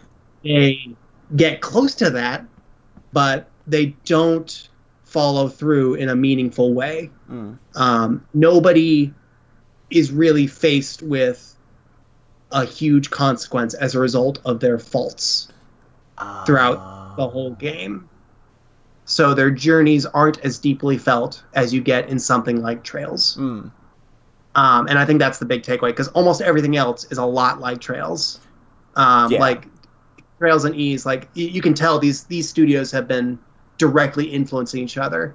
Oh yeah, yeah. Because like you play Ys 8, the aesthetics the same. They have the cooking. They have they have like a bunch of the same microsystems are the same. It's a lot of similar stuff that you would find in latter day Tales games. Yeah, except this was like much earlier. Much earlier. This is the aesthetic y'all were going after that you didn't do in the Zeros because y'all did not have as much money as Namco. Yep. So they nailed the character writing. They nailed the theming, I think, which is why the climax landed really well for me. The way it comes down on how do you become the kind of person that can change the world. The way the conclusions they kind of reached there and the ending of that story landed really hard for me. Nice. And that's why I came away from it feeling so good. But the individual journeys and the act breaks as climaxes, the part where it's Heaven's Feel for a little while. Oh no. There's literally there's a conversation from Heaven's Feel that happens verbatim. Oh no. In this game. And then they have another part, and then they have the climactic confrontation, and it's completely weak in Vesperia. It's like the most drama part of basically the whole game, and it just doesn't land at all. It's like the second act break, and it's like it relies on mind control to force a conflict between characters you care about. And if you do that, if you have two characters that you love fighting, and one of them is being mind controlled, then it doesn't work. No, it's not drama. No, it's like that. It's a cheap attempt at drama. Yeah, it can work for like a cool set piece. Yeah, but it's not the crux of your story. No, this character isn't actually doing something wrong. No, they are not being confronted. This isn't a ideological conflict between these two characters, and so it doesn't work. No, it's a very flimsy way to build drama. Yeah, so. That's kind of was my takeaway. Is like none of these act break climaxes are working, and I think it's because it doesn't want to hurt these characters. Yeah, I can see that. Yeah, because it obviously loves this cast, and it's like I kind of talked like, what's the Darkest Tales game? I asked a couple people later because I was like, I could kind of go for something a little bit more teeth, but I don't think you have to be dark. You don't have to be grim dark to nail that. Like Tangled the series had deeper stakes than Tales of Vesperia did. Tangled the series had like stronger act break climaxes because they were still rooted in these strong character journeys, and people faced consequences, and when in order to get out of the pits that they dug for themselves, they had to work for it. Yep. And that doesn't really happen in Tales. Like everybody's pretty much just kind of going along together, and they're all very sweet, and you love all of them to death. Yeah. And a big part of that is the skits. The skits are such a cool thing for the Tales series. Absolutely. It allows them to do lots of little bits of character building through just these little scenes where they don't have to animate anything. It doesn't have to be like really blown out, and it doesn't take much. It doesn't take much to invest a little time into putting those little skits together. It's so smart. Yeah, Berserias are insane. Like they go so over the top with the presentation. It's like almost visual novel, like within the video game that keeps happening. Because that's the thing, they keep having these optional text interludes where the characters just have a conversation, pertaining to something that just happened in the game, separate from the cutscenes. So none of these were like progressing the story. We are learning about these characters. I heard one person say it was a way of fitting like fanfic style, just nice character in a nice way. In a nice way, yeah. It's a way to expand your characters without having to make it a big part of the storyline or have a bit like. And they're optional. You don't have to see them if you don't want. But I think more often than not, they're 100% worth doing. Yeah, because you don't get that in Final Fantasy VI. You don't get that in Final Fantasy VII. Like these characters, you get an idea of them outside of the plot that they have in like the part that they have in the major plot. You get an idea of who they are. And that really helps. I think I said the Yuri parts were the best. The big conflict parts were the best part of the game. But I think the real best part of the game is that before the final dungeon, there's a part where they just have everybody. They have like 6 different scenes that are just characters talking, and they specifically match up characters that haven't had much time to talk. Like Patty and Flynn have a conversation. Wow! Like those 2 characters just didn't talk, and then 2 more characters that it's sort of a random matchup, and they just have like a really nice conversation that ties into their journey. And you realize, like, you can picture a conversation like this happening between any two of these characters. Yeah. And that's fantastic. It means all of them have that dimension where you can see how they would bounce off every other character. Yeah. So I'm, like, very sensitive to bad drama. I'm, like, very sensitive to that not working for me. Mm-hmm. Like, that'll burn me on a story. Yeah, I'm 100% with you. But I still came away from Tales of Vesperia feeling so warm about it, and it's specifically because the characters just completely were lovely, and the theming was really on point. Mm-hmm. And they made that's what made the climax work as well as it did. There's one other conversation, like at like 10 hours into the game, I was like, if these two characters don't fight near the end of the game, if it's not a big climactic conflict, I will be pissed. And they don't have the big climactic conflict. They don't have the Dragon Quarter climax. Right. They don't have the Devil May Cry 3 climax, which is what I would want. It's what I would want. It's what I would write. Instead, they do fight, and it's in the context of, like, a friendly conversation, and then they basically, like, roll on the grass together afterwards and have, like, a 3-minute conversation looking at the stars together. And it's just like, holy shit, I believe this. Nice. I believe these people. So it's not dramatic. Mm-hmm.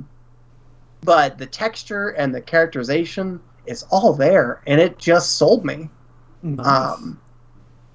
So like I said, it's a very hot and cold journey. So I don't think that this is, like, an essential the way, like, Trails is, because of those weaknesses in the storytelling, and because on top of that the game design is very light.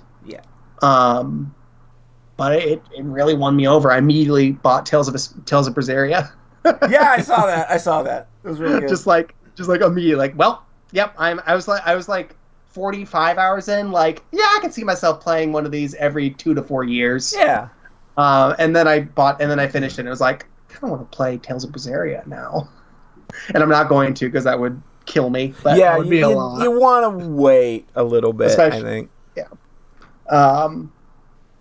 But yeah, that was my Tales journey. I came away from it feeling very positive and very much like they're peers in the same salon with Falcom at the very least. I can see that. This is like, when you took this on, and, like, the way that, like, the journey was, like, hot and cold from start to finish, like, it could have landed, like, it was it was unpredictable about how this game would come off in the end, and I'm glad that it ended up being a positive experience. That's awesome. Yeah, I started off, like, the first 10 hours, like, oh, it's like Trails but worse.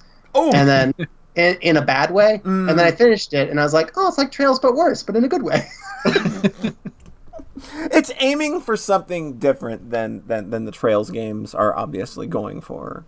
Yeah. And I can respect that. Like, I know that I am somebody who probably holds a lot of games to that Falcom standard, and I probably shouldn't. You know, you just kind of look at it at some point and be like, not every game is trying to be what Trails is trying to be, and you can't hold them to that standard. And and there's an audience for. I think it's just that it's a Absolutely.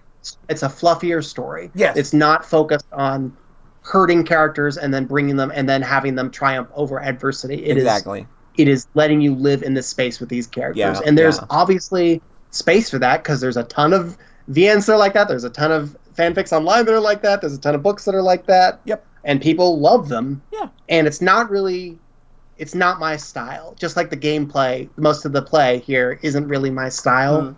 But the strength of the vision still won me over. Like, yeah, it's okay.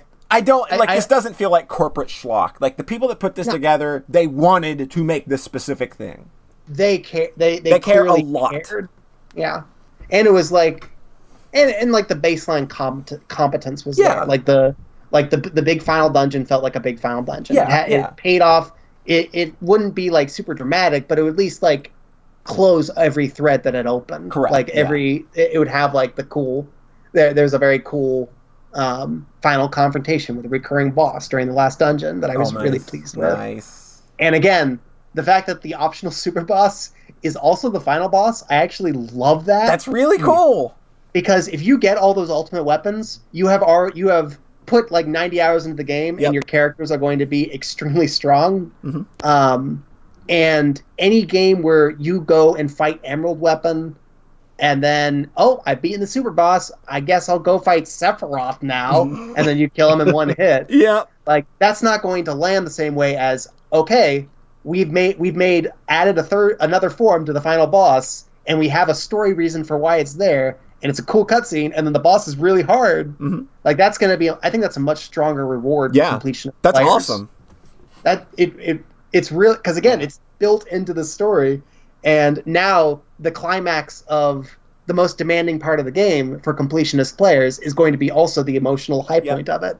And I love that, even if I'm not going to do it, because it's a lot. It's a lot, yeah. It's like trying to fuck that Drakengard 3 shit of grind every weapon in the game. Like, oh god, no, fuck you. Grind every weapon in the game to play a 7-minute sequence in which you can't fuck up once. I was trying to think of if any games have done that before, and I think Metroid Zero Mission. Yeah, where you can go back. Really actually gets harder if you get 100%. Yeah. Sweet I think this would be better, though. Yeah. Because, like, Metal Release, a bad boss. Yeah. Colin says, so John's saying you prefer Suikoden 2's conflict. I think Suikoden 2 is an example of, like, empty conflict where you make bad stuff happen, but it doesn't land at all because you don't care about anybody.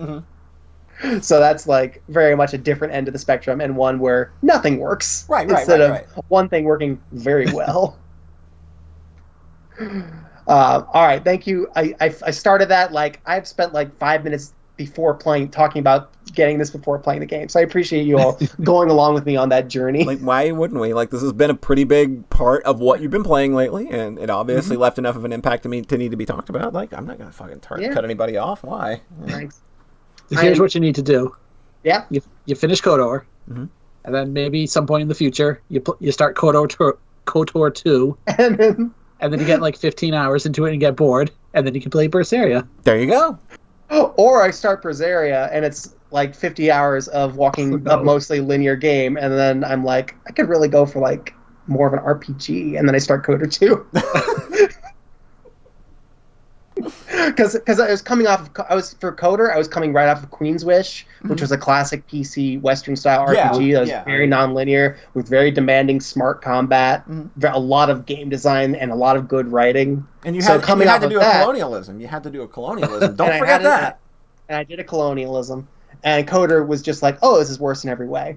But now I'm coming off of Tales of Vesperia, and I'm like, oh, this does all this RPG stuff. This will compare more favorably. Yeah. Yeah, so I'm actually, my heart's kind of open to that game again. Nice. Especially because I followed it up with another RPG that was a lot more, still very much in that Vesperia mold, so but we'll talk about that later. Oh, right. Cool. After maybe getting a glass of water or something. Cool.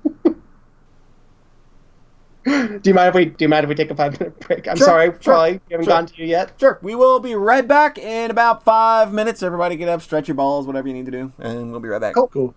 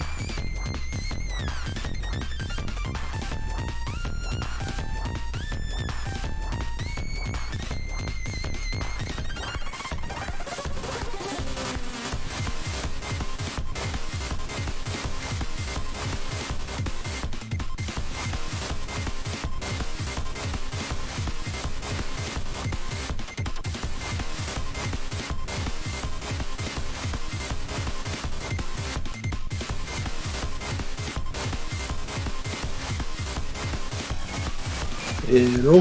Hello. What are you doing? Reading.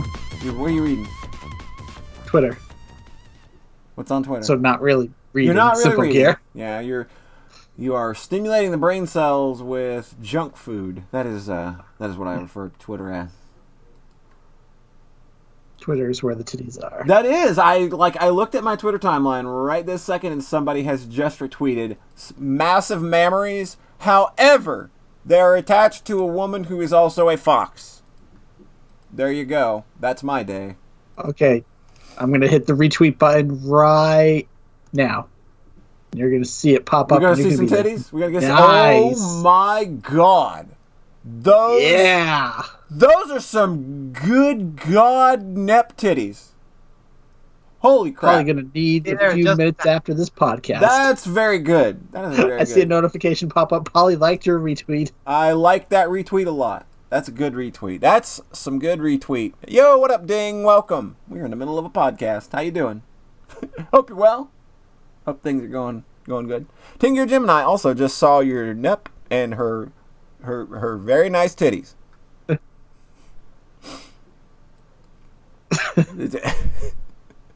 It's a very good anime titties picture, people. Just it's very good.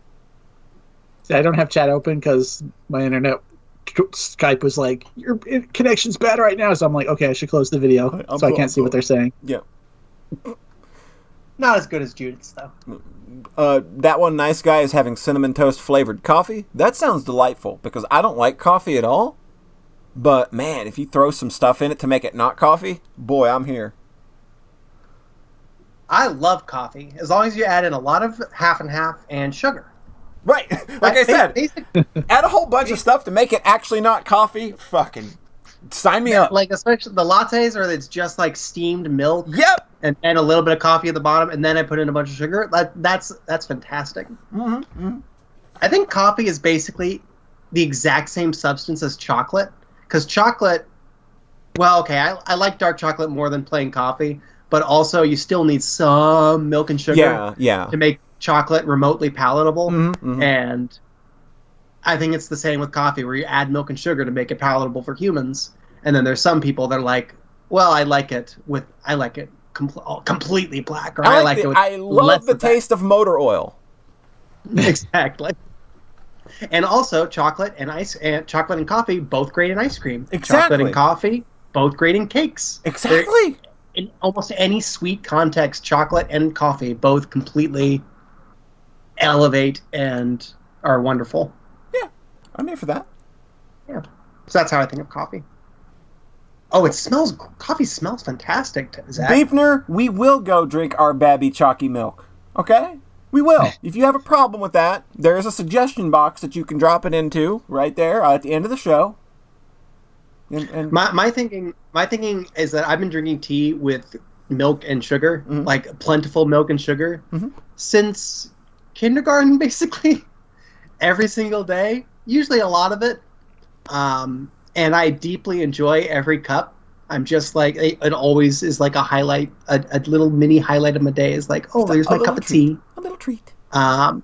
So, like, other people may be drinking their tea black and whatnot, or their coffee black.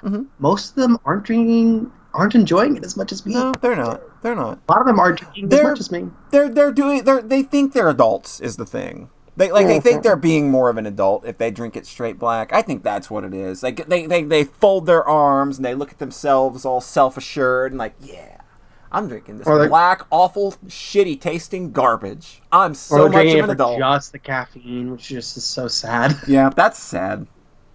Rhett, where are you at on the old coffee discussion? I don't drink coffee. I can see that. When I did a long time ago, I just drank it totally black. I'm crazy. It just gives me shivers thinking about it. I just gotten used to it. It just tastes like rancid motor oil, or it tastes like gasoline. Listen, I've had gasoline in my mouth before, so I know what gasoline tastes like. That was a weird night. That was a very weird night. I actually had to siphon gas from one car to another. It was a weird night. It was weird, okay? Like, things were weird in the mid-90s, okay? The things you do to be out drinking at night when you're 15. And you break down. And if you didn't break down, you were just out of fuel and needed to siphon some gas from your vehicle to a friend so they didn't get in trouble and got home on time. That's all I needed. Oh, you did. You were doing a good deed. Exactly. I was doing a good thing. So I've been doing stuff. What have you been up to, Polly? Well, I played a video game. In fact, I played a video game just a couple nights ago. Right here on my very stream. And turned out to be a delight because it was an accident. I was like, wait a minute. I didn't know, okay, so the game I played was Horizon Chase Turbo, which is a racing game. You might be thinking to yourself, Polly, you don't play racing games. What is that? What in the world? It's a game that I went into with no expectations. Oh, it's like RC Pro-Am. Yeah, it's exactly like RC Pro-Am. In a lot of ways, actually. I saw that Rhett, this is a game that, Rhett was, giving it away in a bundle back in, December or November or something. Yeah. It was a long time ago. And, I saw it and was like, hey, that looks like a thing I liked from a long time ago. I want it now. Immediately, oh, it looks like Outrun. Yeah, it looks like Outrun. That's immediately, I was like, that's probably not very good, but I'll take it if it's for free. Sure. So it just kind of sat in my library for a couple months until I just decided to stream it on a whim the other night. And boy, oh boy, did we actually end up having a blast with this little game. Was not expecting this game to be as fun and well put together as it is. Nice. So it's an upgrade of a mobile game. So I was right. It is. When I first turned this game on, when I first turned this game on, like all of the tracks, all of the cars, everything was locked by currency, and I got a bad feeling immediately. I was like, oh no, this game's got currencies. Oh shit. But thankfully, it only has one currency, and you just get that by doing races. You don't have to buy anything. I was waiting for a shoe to drop that entire stream of like, oh, now go. You don't have enough money to play the next series. Now go buy like a 10,000 coin pack to unlock more. Like, I was waiting for that shoe to drop the whole time. But what this is, it's an arcade racer that, like, yeah, like you see it and you probably immediately think like Outrun and San Francisco Rush and things like that. But it actually has more akin to. Did anybody play games like Top Gear on SNES or Lotus Turbo Challenge? Anybody familiar with those? They're more like you race around the world kind of games rather than like. You drive and then you're just going down routes and you end up at a path and it's just one big course. Whereas this is a game that's broken up into like 109 different races across the entire world. Mm-hmm. So it's more inspired by Top Gear and Lotus, and they even got the original composer from those games to come out of retirement to do some tunes for this game. So I thought that was pretty cool. So like the developer is Aquiris. They're out of Brazil, and that's like where Lotus Turbo Challenge and Top Gear, they were really big there apparently. Mm-hmm. And like this game is like a love letter to those. And like having went back I threw in a copy of Top Gear last night just to kind of see. I was like, oh yeah, like this is the exact same game. Holy shit! They literally just made that game, but they made it in Unity and they made it faster and smoother. And very pretty. Oh god, it's so fucking pretty. It's very pretty. This game has so much fucking style, and it just keeps barfing new styles at me. Like, I've been playing this game like 9 hours now, and I'm still getting new styles thrown at me. This game has like, it's weird because it's this middle of the road kind of look where they're making these real weird low poly analogs to real world things and places. And it gives the game this really interesting, unique look. And it's got those stripe patterns you find in old games where like the road and the side of the road are like striped with lighter and darker colors, alternating. Like you look at old racing games, you'll see what I mean. A lot of them do that. And it's got a lot of fun patterns and shit. Like this game looks like it fell out of a Sonic the Hedgehog game. Like it looks like a video game that characters in Sonic the Hedgehog video games play. Like that's what this game looks like. They would play it on the Sonic Boom cartoon. They would play, this game looks like it would be something being played on a Sonic Boom cartoon. Like it just looks that good. You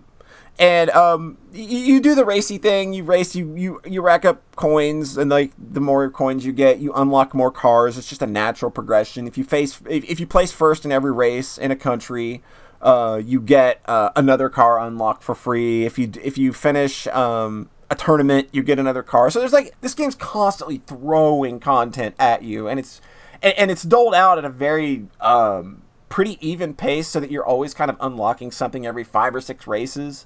Nice. And it just feels nice. Like you just always feel like you're accomplishing something. But it's not strictly a game where you're racing checkpoint to checkpoint. It's a series of races, like I said.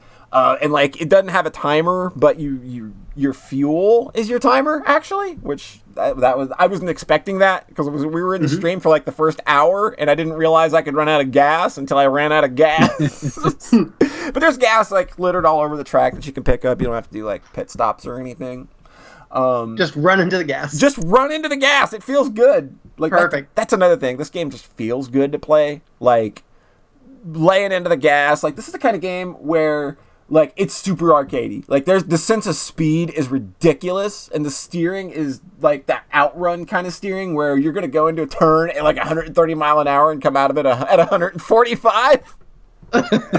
Like it just feels good. Like you just hold that accelerator in and slam the stick to the direction of the corner you're trying to take, and your car just bites in and you ride it around. And there's no drifting either, like, which is surprising because I feel like interesting. I feel like all modern racers these days are really built around drifting. Mm-hmm. And this game has no drifting whatsoever. It's just laying on the accelerator. There's no finesse to cornering other than either letting off the gas or tapping the brake. Like, it's just that simple. Like, and anybody can pick this up and play it and be immediately at home. It's just not actually a modern racing game. Like, they're just kind of going for that outrun feel. Yeah, they're really they've dialed into that feel. It feels so good to play. Like, it's just an undeniable feeling. And again, I've just continued to play. Like, I remember, like, I stopped streaming that night, and then I ended up playing it an extra 3 hours after that. And I didn't realize it.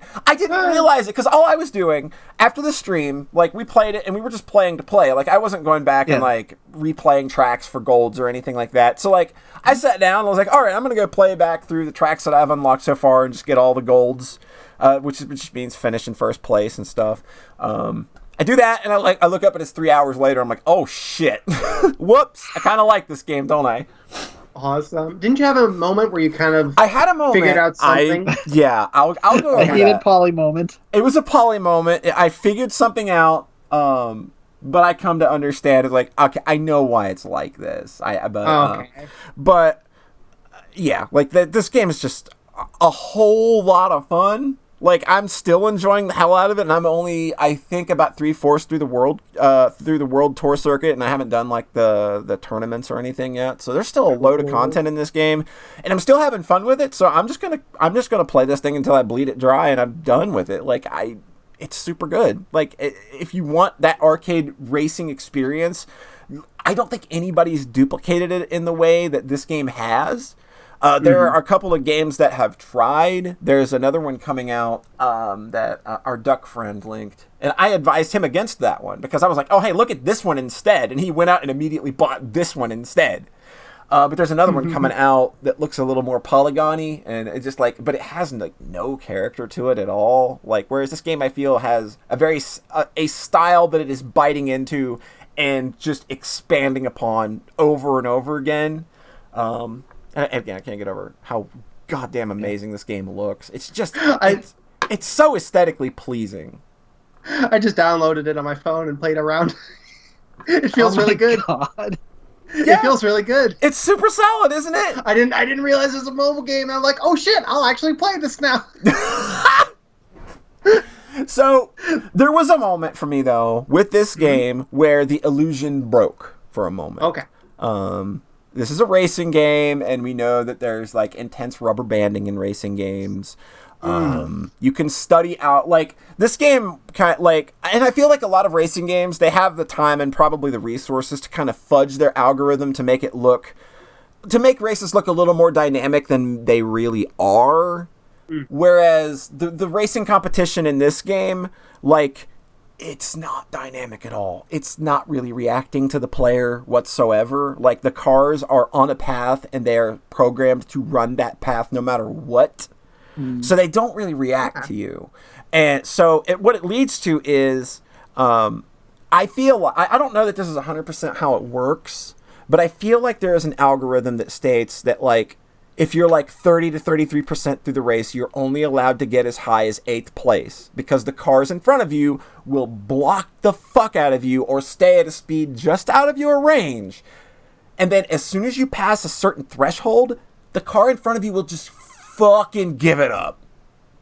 And you see it happen. So everything about this game comes down to almost the last 30 seconds of a race where you're trying to overpower like the last 2 or 3 cars. And that is exciting in and of itself, but also frustrating because now you know how the system works.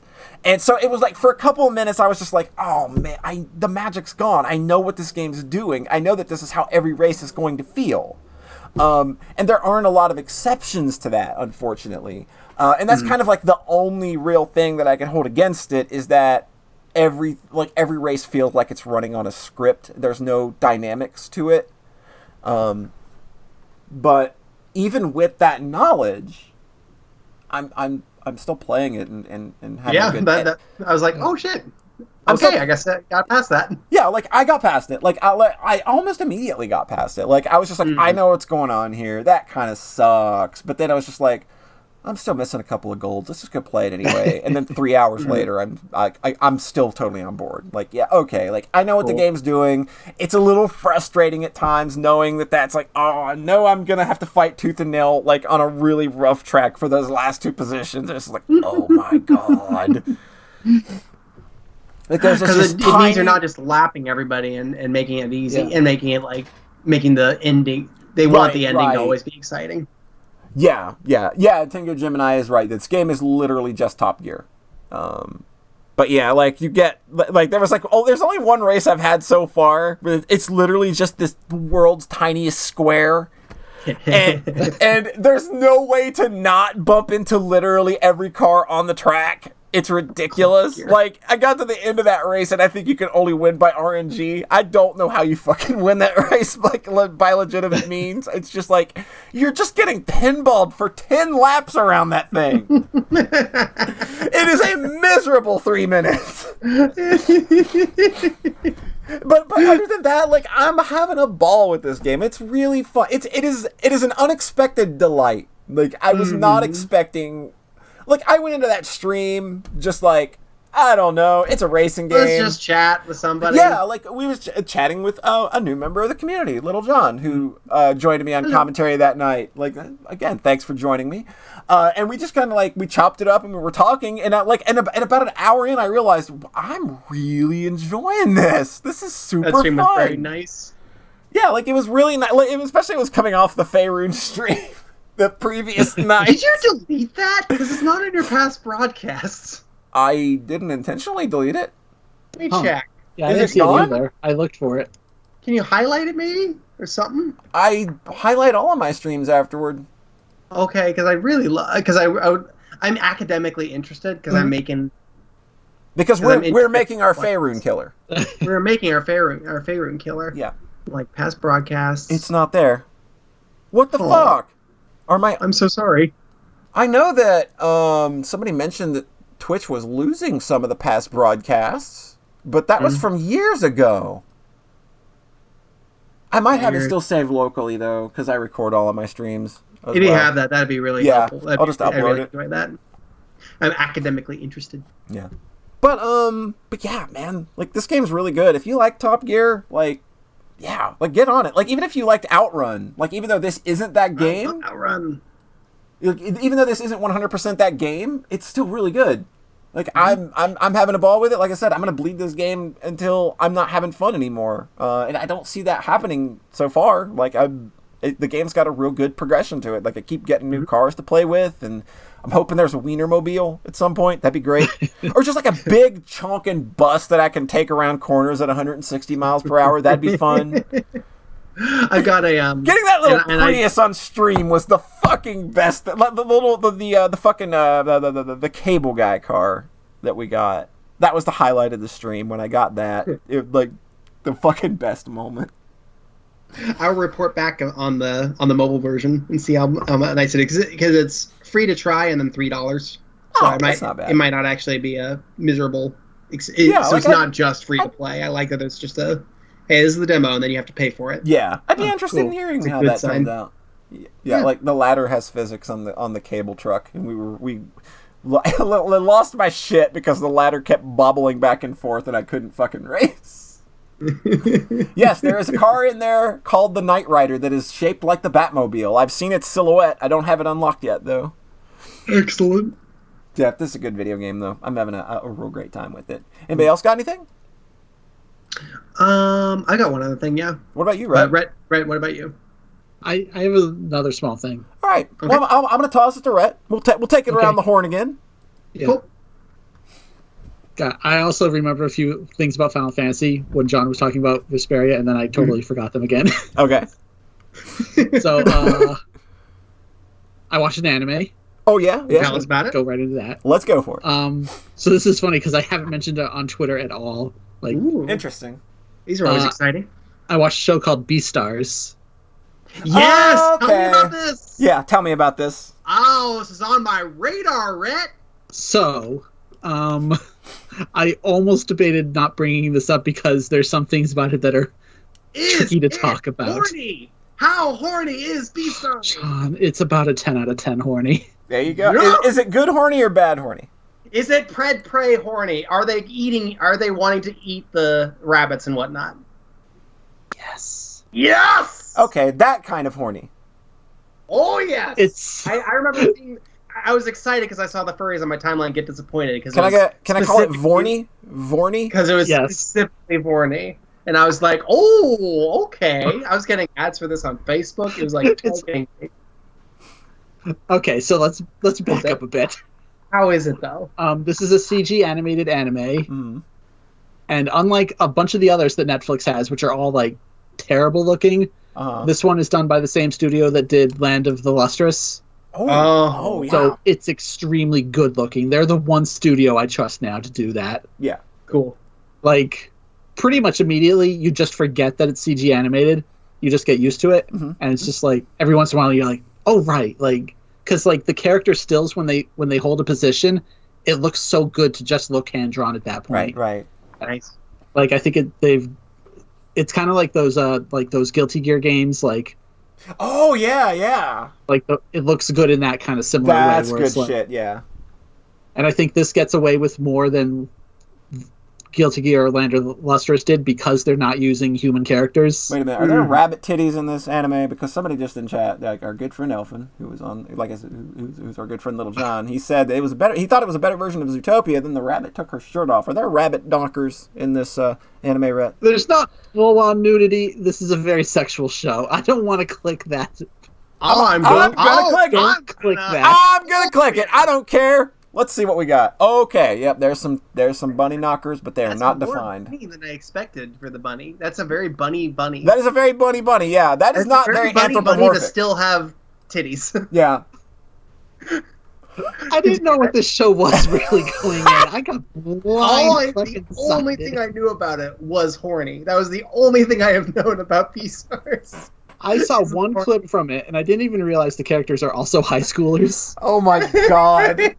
I saw one clip that was like two male characters, and like a deer was like getting in the wolf's face, like "fucking eat me, bastard," you know, kind of intentionally not the good kind like of eat me either.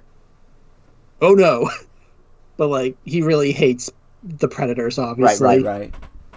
So like, and then I watched the show, and the show's super horny. I'm like, oh, this isn't really what I expected at all, huh? This is really uncomfortable. And Rhett's the whole time, please don't get a Woody. Please don't get a Woody. Please don't get a Woody. Not even close to getting a Woody. But then I also realized the fact that I'm watching this alongside playing a lot of Animal Crossing, just like, oh god, that's real fucking weird. This is all trending in a weird direction right now. Rhett, is there something you want to tell us? No, there's not. I promise. Rhett, there's nothing wrong with being super into wolves being horny for bunnies and also wanting to eat them. It makes perfect sense to be horny for something and then also want to eat them. It makes perfect sense, Rhett. That's fine. Don't feel bad about it. I mean, that is kind of the dilemma the characters in the show face. Yes! Because Zootopia doesn't touch on that. Lonely Wolf Treat doesn't touch on that. Interesting. You gotta have that good Twilight shit where they're also is that you love them and you're horny for them and also they're delicious looking. I am very glad that Lonely Wolf Treat doesn't go that direction. It wouldn't have fit Lonely Wolf Treat. You're right. I'm just saying that is not a need. That is a need that exists and it's not met by Lonely Wolf Treat. No. Thank God. Okay, it would need to sacrifice many other things to meet that need, and so it's good that it doesn't. Yeah. But the need still exists. Continue, Red. So the show is basically Zootopia in high school, where it's just like a society of animals with all human level intelligence, and the animation's a little weird in that they all have very humanoid bodies and then just an animal head on top. Okay, the reason I almost didn't talk about this is because Zootopia is a little weird in that it presents a society where, half the inhabitants are just more violent than others. Yeah. And they can't be trusted. And it gets into racial allegories, and it's very uncomfortable because it's very bad. Yep, I 100% understand. Yeah. I don't think this show is doing that at all. Right. But then, because this show is so horny, and because it opens with the wolf attacking the rabbit. Oh man, really? It's like, oh, is this an assault allegory? Oh man. So that's weird. So trigger warning. Especially when at some point there actually is a sexual assault, basically. Mm-hmm. Oh man. So I'm really not sure Polly would have a great time watching this show. I mean, not that I planned on watching it anyway, but it goes a little too hard. Yeah, gonna be a big fat no on that one for me. Yeah. I'm sorry. That's fine. But like, again, I had no idea how sexual this show was going to be going in. Right. But like, so once you can get past kind of the real hang-ups with the show, I actually really liked it a lot. Oh, interesting. Nice. Yeah. Like, I do want to say that. It just has incredibly strong characters, like, with really well-defined personalities and goals and stuff. And then a lot of horny drama. Right.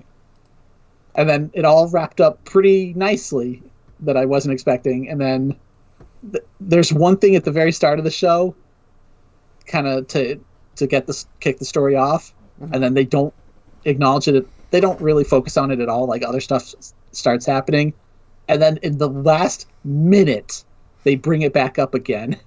Oh. Like an after credits thing. Oh, weird. And it goes to be continued in second season. And I'm like, because I realized this is based on a manga. Yeah, it's based on a manga. It's one of those. The lady who makes it only wears a chicken head. She will only make appearances wearing a chicken head. That's very good. That's great. That's Yoko Taro energy. Yep, that's real Yoko Taro energy. But like for the first time, I was like super excited knowing that they're going to make more because I had such a good time watching. I like how this conversation started as surely this is dud, and now it's like, man, I cannot wait for season 2. More bunny titties. Let's go. The bunny titties are still uncomfortable though. Are they? I don't know. It sounds to me like you're settling into a comfort zone. Mm-hmm. You were fine with doggo knockers. When was I fine with dog knockers? It's a reference to an old tweet. It's just it's funny to me and only it's me. Momiji from Toho. Yeah, she has dog knockers. It's true. Wow, right? Everybody says kitty titties. Nobody everyone says dog here knockers. everyone here Exactly. likes Usagi. Everybody's always about kitty titties. Whatever. What about doggo knockers? And that's why we've got Momiji and Toho. Anyways, and again, like everybody likes Usagi and Toho. So I think John would like this show. I think John would like this show, y'all. I didn't realize what a strong recommendation it was going to be coming in, but then, boy, you think you know what the show is going to do, and it's still going to surprise you. Right. Did I miss the name of this Toho character? Did I say Usagi, and really it was something else? Who's the stage 5 boss? Raisin Udange. God, I just said Usagi because that means rabbit. You were probably thinking of It's Udange. Raisin. Yeah, Raisin Udange. It's so dumb. Stupid. Okay, so that's my thing. Cool. I like that show.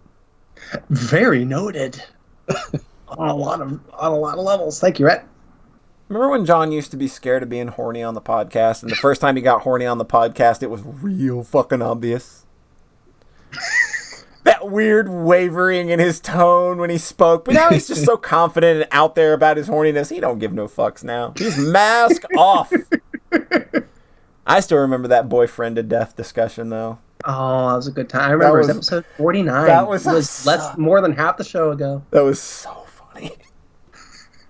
I talked to you beforehand, can I bring this up? Yeah, I remember, but I didn't know it was going to be, you were literally popping a boner that whole time, just listening. It was hilarious.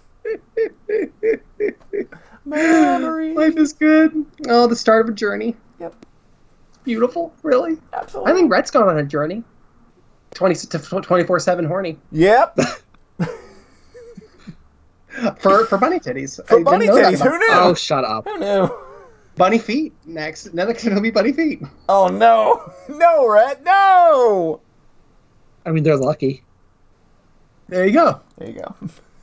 That's your in. All right. That's your in right there. I got a big fucking grin. I'm just saying, the first time I'm watching the show, the first time that bunny starts undressing, I was like, what the fuck is this? Right there with the main character, like, what the fuck is happening? Why is this happening? What is happening? On a scale of horny, how does it compare with Ancient Magus' Bride? Since that's obviously the benchmark of horny in anime, right? It's come on. That show's not horny. The show is extremely horny. Remember when you said Ancient Magus Bride wasn't horny? That was so I just cute. did. Oh, you just did. It's still cute. Rhett's very good at telling jokes. Mm-hmm. I want a skeleton mage to possess me. This is the thing. And then have me be his bride. I'm gonna project into this story. It's not horny. Okay, I can see the horny in Beastars far more easily. Mm-hmm. I don't relate to the horny in Magus Bride whatsoever. Episode 1, like holding the collar, like oh. See, that's the thing, is that wasn't episode 1 for me. That's fair. Because I watched that 3-episode OVA, went in with a totally different mindset. I missed the sad You're right. Yeah, I just jumped in with the sad with the. Because trust me, when actual episode 1 started, I was like, "What the fuck? This is a cold open. This is a different show." Yeah. Okay. So my other big thing is that I've played a whole bunch of Tom's game Silas. Hey, I know that video game. It's an RPG Maker MV game. It released at almost exactly the same time as Slimes. It was almost like it wasn't. Weren't they like literally a day apart? Like a day apart, which is hilarious on the same weekend. Like that's such good RPG Maker energy. Both of those games are fantastic. Mm-hmm. I was very pleased. Mm-hmm. Did you finish Slimes? Because I have a couple memes. I have not finished Slimes yet. Okay, because I have a couple memes that I can only share as spoilers. Right. Cool. So then I was playtesting Slimes specifically, so I was like, okay, I need to finish this quickly. And then I was like, I really want to finish Vesperia. Mm-hmm. So then I got into Silas in earnest. And I jumped right back in after playing the very good opening. And I've just been mainlining it basically. I'm near the very end of the game. Mm-hmm. I'm near the final dungeon. And I have the one more optional dungeon I'm excited to go through. Nice. And I'm very excited about it. Mm-hmm. So there's a couple kind of points I want to go through here. Okay. The scene, the act break coming off of Vesperia, especially. I think the act breaks here really land. Oh yeah. In a big way. There was one specific scene where I was just screamed at Tom afterwards, and they said, "Yeah, that was the first scene I had in mind when I thought of this game." Nice. Everything up to now was kind of building to that, and I was like, "You did it!" That's how some of the best projects come together, though. You build for that one scene you have in your head. Mm-hmm. I think that's the power of long form stories. Yeah. Is that you can't make that kind of stuff land the same way in a short form story. Right. And that's the power of this kind of novel pacing. Mm-hmm. Is that you can do those big scenes and have them just explode. Mm-hmm. And then having that in the context of this cool RPG Maker game, and then having it do things so differently than you'd expect it to, basically having things go down so differently than you'd expect. Mm-hmm. Because that is the point where the game does kind of a hard line. I feel like every classic style RPG basically is what this is doing. It's doing you settle into it, and it feels like you're jumping into some game from the 90s basically. Oh yeah. Which is fantastic. Which is amazing that it just immediately gets that voice. Like, it doesn't feel like an imitation. It feels like you're just jumping right into something. It is of that era. It is of that era, and I feel like what you do there is that for most of the stories, you can just kind of do a lot of the similar things that all of them do. It's like, okay, you've arrived at this thing, let's clear out the sewer. Yeah. So that we can find these thieves. The sewer with the amazing soundtrack, though. With the very amazing soundtrack. I won't give you the pass to go through here until you get this thing from the top of this tower to the south of this town. Yeah. Cool.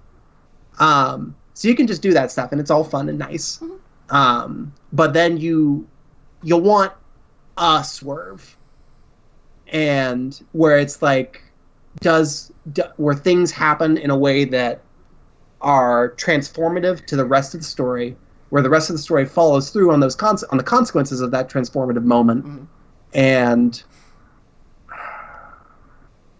it matters to the characters. Just sort of like, because I was thinking about this really hard in the context of Vesperia not landing these act break moments. Like when you were talking about the things that didn't land in Vesperia, I immediately knew that you were playing Silas, and it was just like, okay, I know exactly what's going to land in Silas then.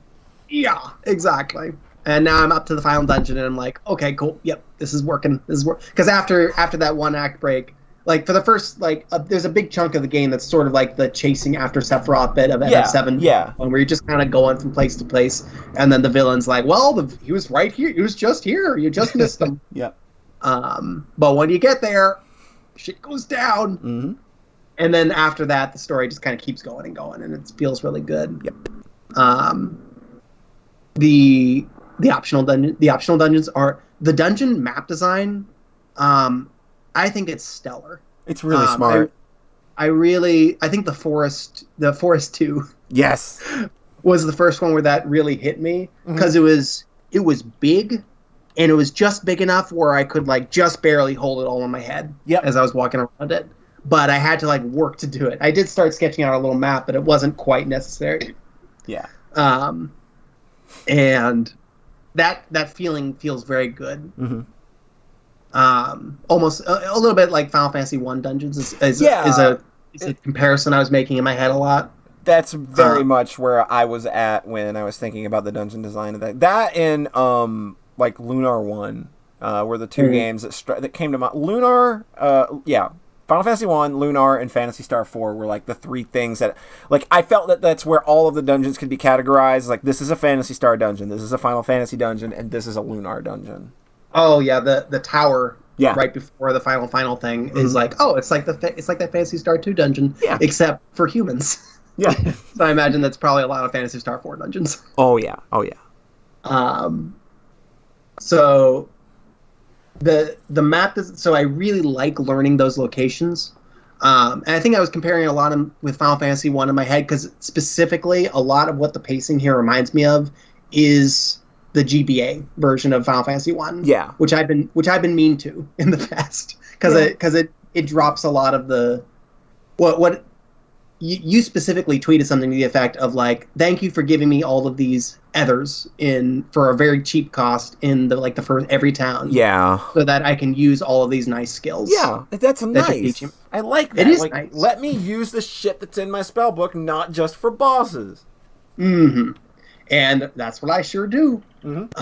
What it means is that there's basically no resource stress. In my experience playing the game, I was very comfortable because I got plenty of money. There's a little bit where I would have 99 ethers, and then I'd be like, "Is this going to be enough? Actually, maybe I should actually." There's one point where I did double back, about 2/3 through the dungeon. Like, I think I'm going to run out of ethers, y'all. And I went back and topped off. So about a third in, I got most of the people had like area effect magic.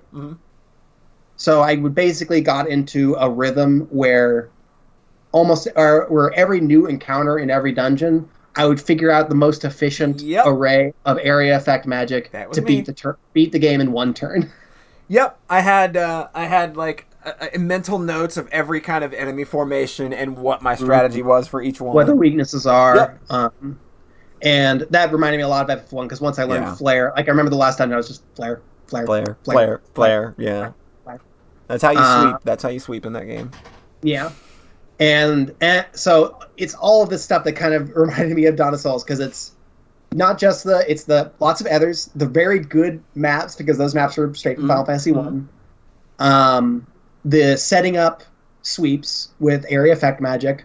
The watching counters play out, because you just give everyone their turns, and then you let everything just kind of play out. I timed one that went over like a minute. Oh, nice. It was like a 6 enemy encounter, and then my 5 characters doing like their big fancy endgame magic, and I all right, how long is this one gonna take? And I timed it was like 80 seconds. Wow, that's awesome. And I did beat it in the one turn. But so all of that together it does make it also a very light RPG experience. Oh yeah, it's very similarly coming directly off of Tales of Vesperia. So I think in some sense that was a little bit frustrated near the end, near some of the end bits where I was like doing some of the big optional dungeons. I was a little bit like, okay, setting up these sweeps. Yeah. Looking at my phone while they play out, setting up the sweeps. That's what I did. My phone while they play That's out, what I did. And then putting on a podcast for a couple of the optional dungeons there. Yeah. So I think coming right off of Vesperia, that specific kind of low intensity play wasn't the best fit because I was right off of another RPG like that. Yeah. I can see that. But the strength of the story has more than kind of made up for that. Yeah. And again, some of the, it's still like very satisfying to get through the bosses. I've been mostly beating them pretty easily, but setting up the buffs and then getting them, and then like the rhythm of getting the buffs set up and then keeping them going is very pleasing to execute. Yeah, like you get into that rhythm and you've cracked the nut of each encounter. You know how to kind of set your dudes up, and it feels good to watch all that shit play out and to know like I'm playing the video game smartly. I got big brain. And I think another part of it is that the EXP curve is not very exponential, I think. No, it's very very nice. It feels like mostly linear to the point where like basically every enemy encounter in the whole game has given me a decent chunk of XP. No matter, and at this point I feel extremely overleveled because I did all the optional dungeons and I'm easily sweeping the main enemies. What level are you? What level are you? Oh, like almost 70, I think. What? Or I wanted to check before the podcast, but I'm definitely over 60. Okay. But maybe not 70. I'll check right after the podcast, but I'm high up there. And I feel like it was just from wanting to explore all the maps and make sure I found all the treasure. And I kind of let go of that in the optional dungeons because I was like, I'm basically chugging through all these enemies, whatever you've got here for me. Yeah. I'm probably going to be fine if I miss it. So that was like these were all the experiences going through my mind here. Is like this is a very like gentle, nice game to just kind of chug through. Oh yeah. And I think like in the context of the Final Fantasy I remake, that was sort of offensive to me because it was in the context of a Final Fantasy I re-release where that game is basically like doing a hard wizardry with its dungeons. It has teeth. It has a lot of teeth. But this isn't like a racing Final Fantasy I for a lot of people. This is its own thing. Yeah. And I think in the context of being its own thing, I can vibe with what it's doing. Yeah. And I'm very excited to see how the story resolves. And I'm very excited to see the optional dungeon where I am a boss. It's really good. Excellent.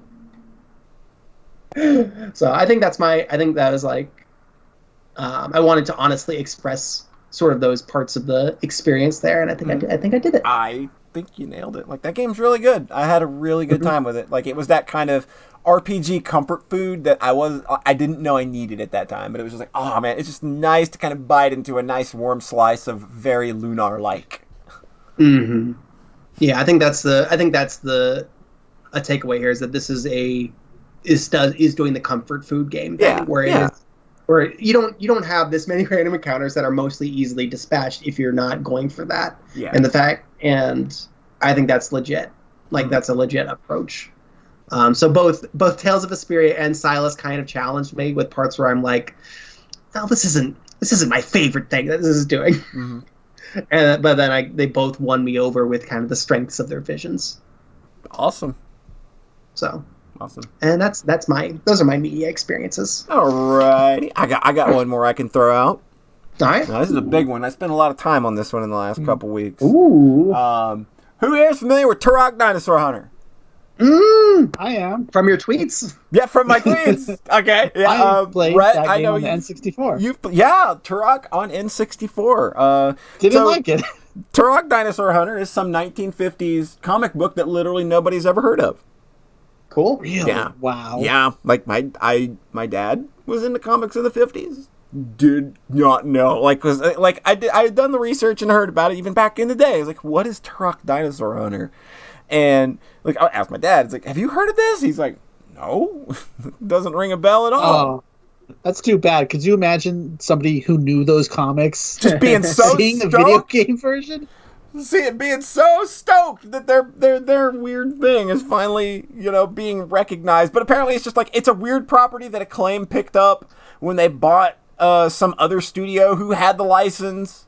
Oh. It's just a weird thing. Like, they were just like, they threw all of their IPs at Iguana and said, make a video game out of something. I don't know. And they chose Turok Dinosaur Hunter. That's basically how Turok resurged. It was just like, this one looks like the one we could build an action game around. Cool. That's so weird, though, because, like, why would you use an IP that is essentially worthless?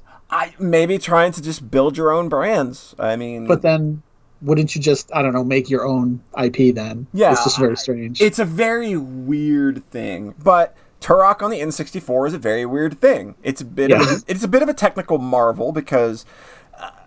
I think that, like, prior to seeing this game, the only real experience I think a lot of people had with first-person shooters, if you were primarily a console gamer, was just Doom. Because from 1992 to 1995, Doom was literally ported to everything. Like, there's a port of Doom on the 32X. There's a port of Doom on the SNES that is crappy, but it's a technical marvel. Mm-hmm. So, when I first saw Turok, like, I was just like, I've never seen a game move like this. This game is very fast. It's very vertical. I've never seen an enemy get shot, grab his throat, and bleed out. Like, oh my god, that's pretty violent. Jesus. This was before GoldenEye. Yeah, this was before GoldenEye. Yeah. This was before Half-Life, and I think this might have been just a bit after Quake. Which was PC only. Yeah, which was PC only. So, like... Well, I did just remember one first-person shooter on 1995, Jumping Flash. Okay, Jumping Flash. Okay. Which controlled very differently. Yes. As did Turok on the N64. Turok on the N64 had a weird control scheme where, like, they had a few control schemes, but the one I remember actually using, and I think most people use, was that you use the C buttons to move with your right hand, and you use the left stick, and you use the left stick to move, the analog stick. You use that to move, and then you use the trigger on the bottom to shoot. But you could also change it to be like move with the D-pad, look with the stick or the C buttons as well. They had a lot of setups because the N64 controller was weird, and this game was directed by a guy that had never directed a game before. So. I mean, there was no standard to follow. There was no standard for how to do this. So the game had like a really graceful auto aim, thankfully. And I ultimately, I thought this game worked fine. And this is somebody who struggled with 3D games. It took me a long time to get comfortable with dual analog controls, but I beat Turok 1 on the N64. That just blows my mind. It didn't blow my mind until I just started thinking about it this week. It was I spent a long time hating dual analog controls. So, yet I beat Turok, which is just that's crazy. So, Turok got ported to the PC, and I think it was 2015 by a company called Night Dive. And they're primarily responsible for rescuing a bunch of old games and bringing them to modern consoles, modern PCs, and they've worked on stuff like System Shock 2, loads of Wizardry games, and I think most recently they were involved with the Doom 64. But that Doom 64 port has been out for a long. I've had that Doom 64 port since 2012 on PC. So, but I think some of the people that work at Night Dive were involved with this as well. But they took that game, they took the original Turok, and they kind of upped it to what I think the original vision was. This was envisioned as a fast-moving, very vertical game. It for the time, you didn't really see a lot of platforming in first-person shooters because most first-person shooters were very flat. This game is very vertical. There's a lot of jumping, and that was really weird at the time. So it gave this game kind of its own unique feel. This was before Half-Life. So, again, this is the series has kind of innovated a lot and I'm not sure it maybe got the credit it deserved. Yeah. But this update by Night Dive jumps it up to 60 frames per second from 24 on the N64, which it just makes this game look slick as shit. They expanded the draw distance because the draw distance on the N64 was rough. The fog adds something to that game. Don't get me wrong. Like, I think that the fog on the N64 game really makes it feel atmospheric and really claustrophobic, but it can hinder the gameplay a bit. It makes some things that are out of, like, if you look down and there's a platform you need to drop down to, sometimes the fog is covering that, and that's bad. Like, that doesn't work, because then you've just got to take a leap of faith. But this game remedies that. But you were saying? I definitely remember it being kind of scary, like walking into the fog, being like, dinosaur's just going to jump out and be like 5 feet in front of me. Fucking jumps out at you. And there's still a good amount of fog in the new one. Oh, there is. I remember, like, that's pretty striking still, even now looking at footage. Yeah, they didn't get rid of it, and I think that that's smart, because I still think that fog adds something to what that game is. And I don't know whether they kept it for a technical reason or if it's there because they knew that this actually adds something to the experience. But I pretend that I tend to think it is the latter. I think that it adds more to the experience. I think if you just made the draw distance infinite, it would look really goofy. Yeah, it wouldn't look quite right, I don't think. But this is just a super solid update of that. They did some reworking of the levels just a bit to kind of, they rerouted some of the routes to some of the keys because they were a little off the beaten path and maybe were a little too secrety in the original. Whereas now they're like, if you kind of like explore a lot and do your due diligence, you're going to find every key before you leave a level, and you won't have to come back to it.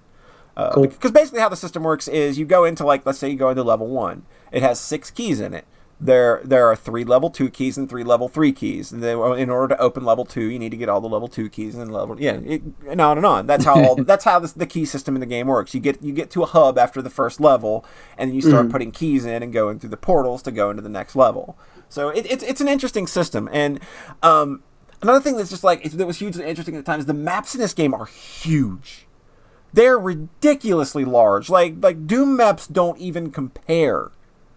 But like these maps, like at the time, they just felt sprawling and almost. And they're so vertical. Like that footage you sent me was so striking. Yeah, like, and that's why I think that this game is like essentially your jam, because there's so much meatiness to it, and like especially with this new version where you're able to just move so fast and flow so freely, where as the original you kind of had to take your time a little bit more. You had to gauge your jumps a little bit. You had to like look down at the ground more to make sure you were where you were at in the 3D space.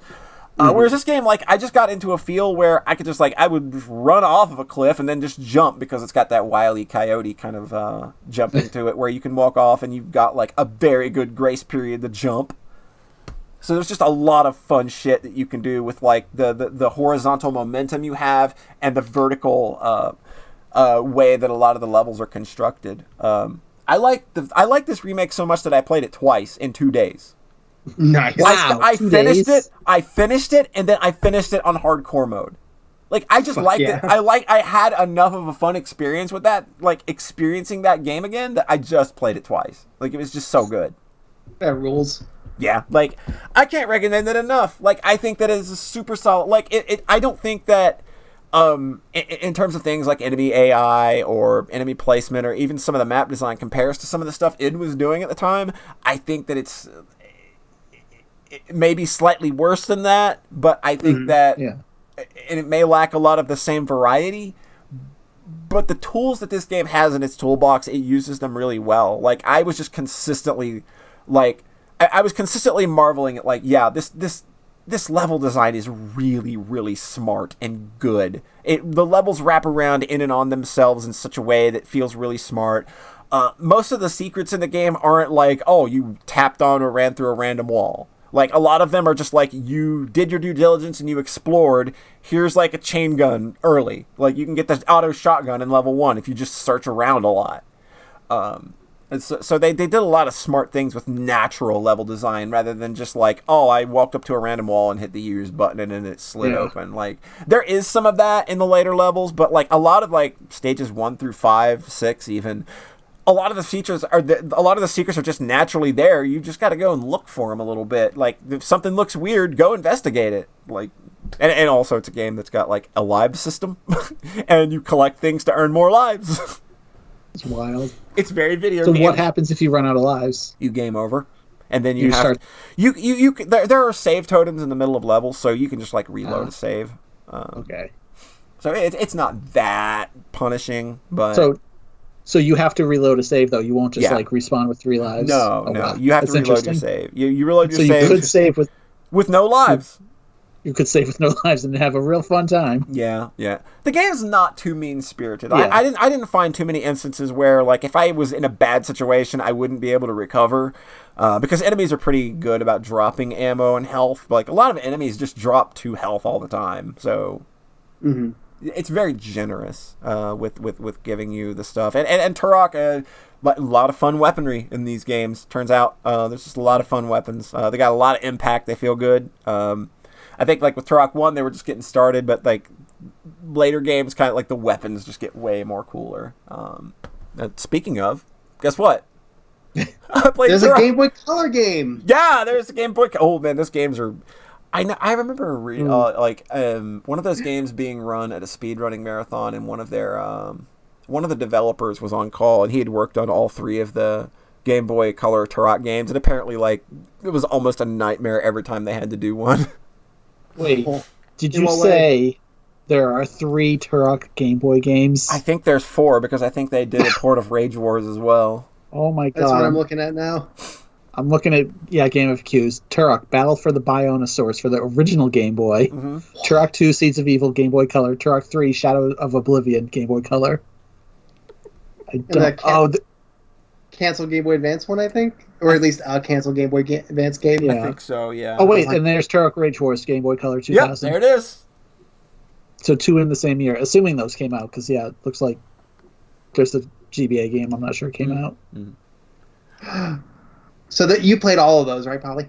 Oh, yeah, absolutely. No, I moved on to Turok 2, which Night Dive also. I guess that's a more logical that's a way more logical progression, I think.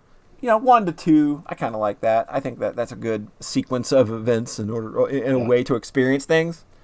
Mm-hmm. So yeah, I moved on to Turok 2, which is also by Night Dive. Both of these games were generously gifted to me by Red, by the way. He had them in humble bundles, and he was a sweetheart. I gave you every game you talked about this week. You actually did, yeah. Wow. That's kind of incredible, actually. It's fine. Oh, I know. I think that's funny that I've got all of the games come from your bundles. Turok, yeah.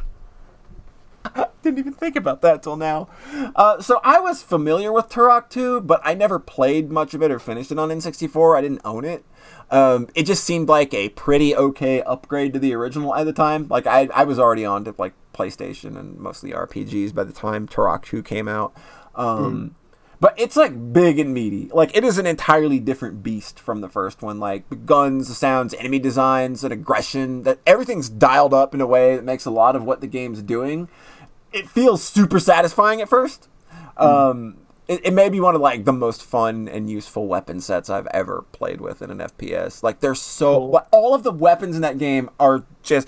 Some would say maybe they're over designed, but I think that they went out of their way to try to make every single thing useful, and there's like 17 of them.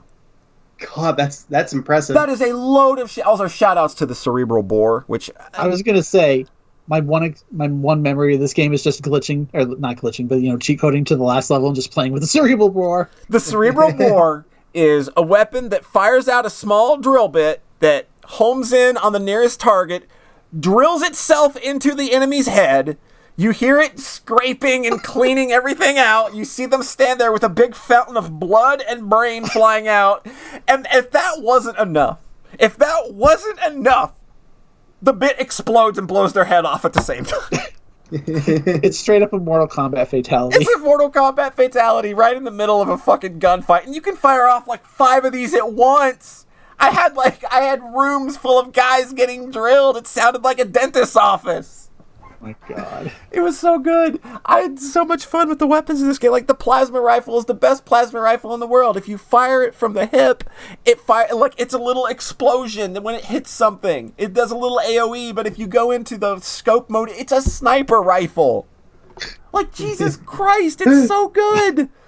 There's so many good this game has an amazing weapon set. I love it to death. This game is hugely different, though.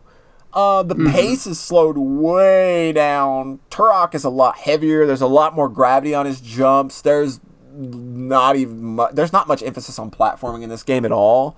Whereas that first game has so much, and it feels really good, especially on these upgrades that Night Dive did. But like overall, this feels like it's kind of like it's really going more for that Doom and like a slower Quake kind of feel. Like it's crunchier, it's meatier, but like it really lost almost all of the character that I think that the original first game had. Yeah, like that first game, it just feel like even on the N64, despite the fact that it is a slow game, you can still go pretty good in that game if you're good at it. There are some speed runs of that game that look incredible. With Turok 2, you're really slow even when you're running. Your jump is just not satisfying at all. Like, you can barely clear one crate. Like, it's just like, Jesus, like, what happened here? But that's not the big issue I have with Turok 2. Turok 2's level designs are, oh my god. It sounds like the technical term is bad. It took me 90 minutes to finish the first level. Should have been a warning. It took me 70 minutes to finish it when I had to do it again because I didn't know. Right. Because I didn't know that the game didn't save. Like, this is on me. This one's on me. I didn't know that the game didn't autosave. And I also didn't know that like that there weren't save totems in the game like there were in the first one. Like, I was like, okay, but the thing is, and I didn't find this out until later, there are checkpoint warps that you can go into. In the N64 game, you saved at those.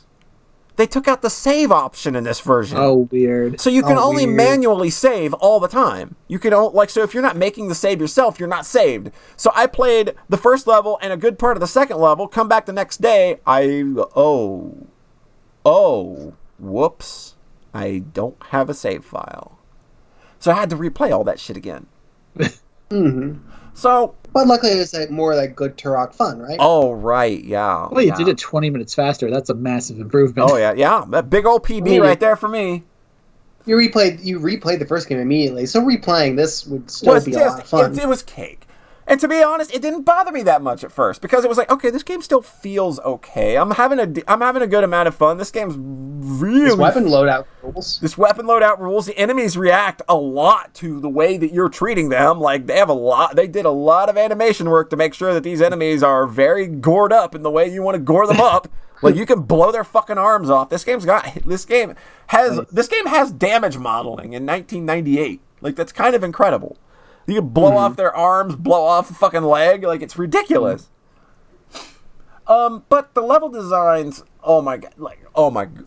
The level designs, like, especially starting with level 2, like, the level designs are like nervous breakdown ready to happen for people that have problems with indecisiveness, because every room is over-designed to the point of, like, somebody sat down and were like, all right, I'm going to make the best maps in the world. And they're sitting there jacking off, making every room wrap in and around itself 4 different times so that you forget where you're going, even in one fucking room. And it's just, the levels are way more sprawling than the original 2.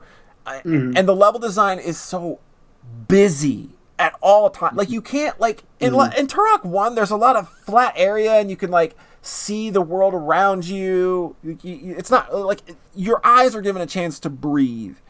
In Turok 2, like, you can't look anywhere without, like, there's Pillars, there's a wall, there's crates stacked a mile high that I can't jump over. Like, it's just, there's always something there in your view, and it's exhausting. And the way that the levels are so fucking, like, you get to a point and it's like, okay, here's my new sort of hub for this level. There are 8 ways for me to go. 3 of them wrap back around here. I need to find the 5 that don't. And then they're like, So on top of keys, so keys were kind of the only thing you needed to collect in the first game. Mm-hmm. The level keys. And there were optional chronoceptor pieces, which is like an ultimate weapon you can build to basically annihilate the final boss if you put in the time to find it. Mm-hmm. Which is really fun and satisfying, right? So Turok 2 is like fucking Banjo-Kazooie or something. Because you've got to find level keys, then you've got to find feathers, then you've got to find the warp point that lets you use that feather. Then you find golden bananas. I was thinking. Then you've got to find the nuke part, which every level has a nuke part before you're building another ultimate weapon. That's not all. We'll get back to that in a moment. But the level design is just way too damn busy all the time. Like the only time I feel that it let up, and I was having a decent time with levels 3, 4, and 5, and this is like. The next day after I'd said I was done with the game, I did the poly thing, and I came back to it. So I played level 3, and I was like, oh, wait a minute, like this, it doesn't feel like old Turok, but the level design didn't like make me want to shoot myself. At level 4, like, okay, it's a little more twisty, it's a little more cavernous, but I understand, like, it's fine. I like this too. Level 5, okay, you're pushing it a little bit, but I still finished it. So... Oh yeah.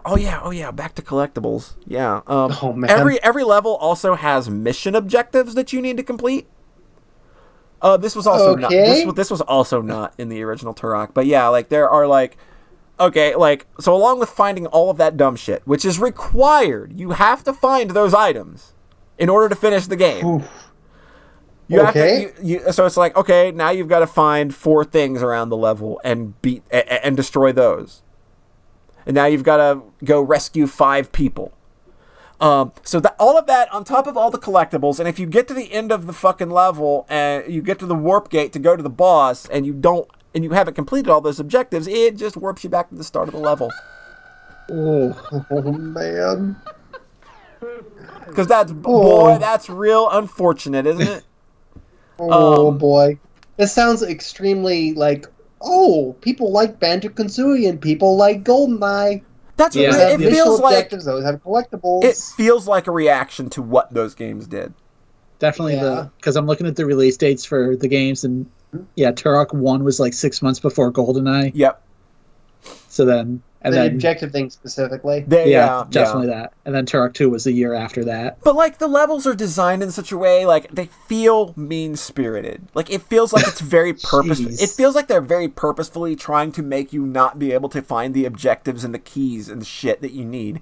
Every path just leads to some worthless dead end or wraps in and around back to the same room, and it's just like, this feels shitty! I hate every bit of this! Yeah, and it's especially bad because I got to the final level, which is where I quit the fucking game at this point. I played this level for literally 1 hour, and it is the worst Wolfenstein 3D aping I've ever seen in my life. It is literally copy-paste corridors and square rooms that wrap in and around and keep doing so until you want to fucking blow your brains out. I had a headache afterward, and I needed to lie down. I had only completed 1 objective. Oh. And that's not all. See, I had to complete that level, complete all 5 of its objectives, find all of the items on it. Then I can't fight the final boss yet. Because I have to go back through all 6 levels to find each Primogen key, which is needed to unlock the door for the final levels for the final boss. Were they available the first time through? Nope. You can only get them. You can only get them when you've acquired all of the power-ups from the feathers in every level. Oof. It's like what happened here? Like I had fun for a little bit. It worked for a little while, but then it just goes like. I told myself, as I was contemplating that uninstall button, I was sitting there. I was like, I could see myself fighting my way through the Primogen Lightship level. I could see myself fighting through it. I still see you doing it. You're still very stubborn. But then I'd have to go find my mind immediately went to the Primogen keys. And, like, yeah. I have to go, like, I didn't make mental notes of where those things were. And a lot of the times they put them out in plain view. It's just, haha, you can't get it. And, like, the maps are just impossible to follow. Like, there's so much information that it's hard to actually landmark yourself in any of these maps. Like, it's hard to make a landmark and make it work because so much of the game either looks too similar or you're putting so much information in your brain that you've already shoved the landmark out. And it just bums me out because I like this game. Sort of. You like the first one? I like the first one a lot. Like, I think Turok 1 is still rad. Yeah. But, like, and I enjoyed parts of 2, but for vastly different reasons. But overall, like, what the fuck is with this level design? Like, it just feels, like I said, it feels like somebody was like, I'm going to make the most complex maps imaginable. People are going to sing praises about how crazy and weird my maps are, and I'm jacking off because they're so good. It seems like it's moving a lot away from, like, the arcade clarity of that first one. Yeah. It feels like over-designed Doom 2 levels, which Doom 2 levels are already kind of... yeah. When you compare them to the way that Doom 1 levels flow, when you move to 2 starts to feel more obtuse and kind of fucky. And that's sort of what this game is sort of drawing from. It's like, what are all of the bad things that the creators of Doom 2 maps did, and how can I put them all in my one game? It's funny you mentioned Doom because I was thinking, you know how in the first Doom, like, everyone knows who made each map? Yep. Like, oh, this is a Romero map or whatever. Yeah. Like, I wonder if you could look at the credits for Turok to figure out, like, who made was what? the level designer and what changed between the two games. Yeah, that would be interesting. I would like to compare the credits because this is such an about face to what that first game is that it almost feels like it was designed by an entirely different team. It's like, so they didn't remaster 3, did they? No, for 1 and 2 they had PC versions to work from, so they were able to work, like, they worked with N64 and PC assets to make the first 2 games work. There is no PC port of the third game, and hearing what they've said, like, the source code is hard to work with. So, like, for them to kind of make the kind of remake, they would want to start from a base of already having, like, a PC version where they can just gussy that up a lot.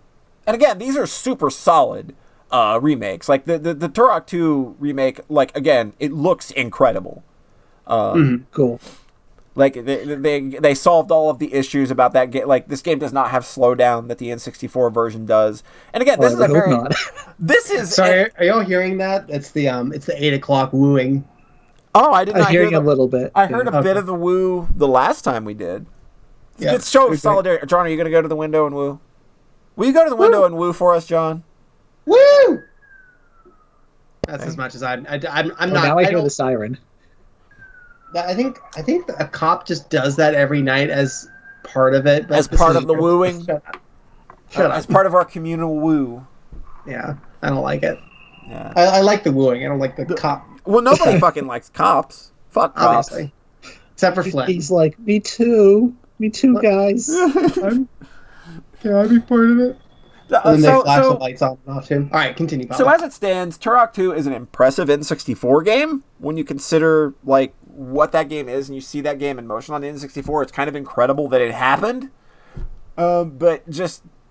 there are so many aspects about its actual design and the things that make it work that I just can't get behind at all. Like, I tried so hard. Like I said, those levels 3, 4, and 5, like, even though they lacked that flavor that the first game that I enjoyed a lot, I still found reasons to kind of enjoy those 3 levels. And then after, it's just like 1, 2, and 6 just fucking broke me. Like, those are just awful. So bad. And then having to do the revisit at the end of it—that's killer. Yeah, that's like that's so garbage. Anti-arcadey. Yeah, it's very much just kind of moving into that. later, that yeah, the worst part of Metroid Prime. Yeah, the artifact. Mm-hmm. But yeah, I still recommend Turok 1. I mean, Turok 2, if you've got patience for some real fucking bullshit, level design-wise, fine. It definitely sounds like the first game is the one to check out. Yeah, absolutely. I think that was the most fun. It just feels really good to move around and jump and shoot things while you're moving really fast. And you don't get that sense at all with the second game. It's just an entirely different mindset and design philosophy that it doesn't work for me. I don't like it because I already liked what they did with the first one, and I thought that gave the game and the series a unique identity. So that's that. That's my Turok experience, and I think that's pretty much everything for everybody. Is that it? Yeah. Thank you for sharing that with us. That was cool. It was cool watching you go through that journey, even if the second one turned out to be disappointing. Yeah, I wanted to like that second one so hard. I really, really wanted to. But you played most of it anyways. I played most of it, so it's fine. I can't say, nobody can say I didn't fucking try. You really did. Yeah.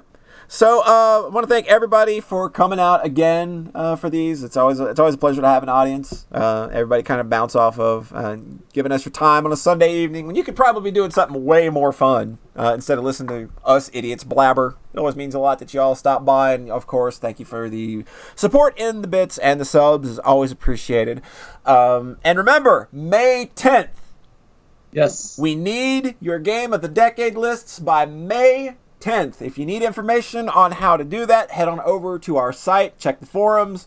Rhett's got a big old guide there on how you fill that out. It's real easy. We've already got some amazing lists in already, but we want Polly yours. Is sick of making banners. And I am sick of making banners. That is exactly why we're putting a date on this thing, because I have made almost 400 banners right now. Oh my god, You're doing the Lord's work. I'm doing the Lord's work. I'm making the banners. This is going to be a very pretty list. This is going to be a very pretty list. Somebody asked on the forum, I think it was Little John actually, if we were ever going to do a worst cartoons list or something. And I was like, this is probably going to be the last list we're doing, so we're going out with a bang, I guess. Cool.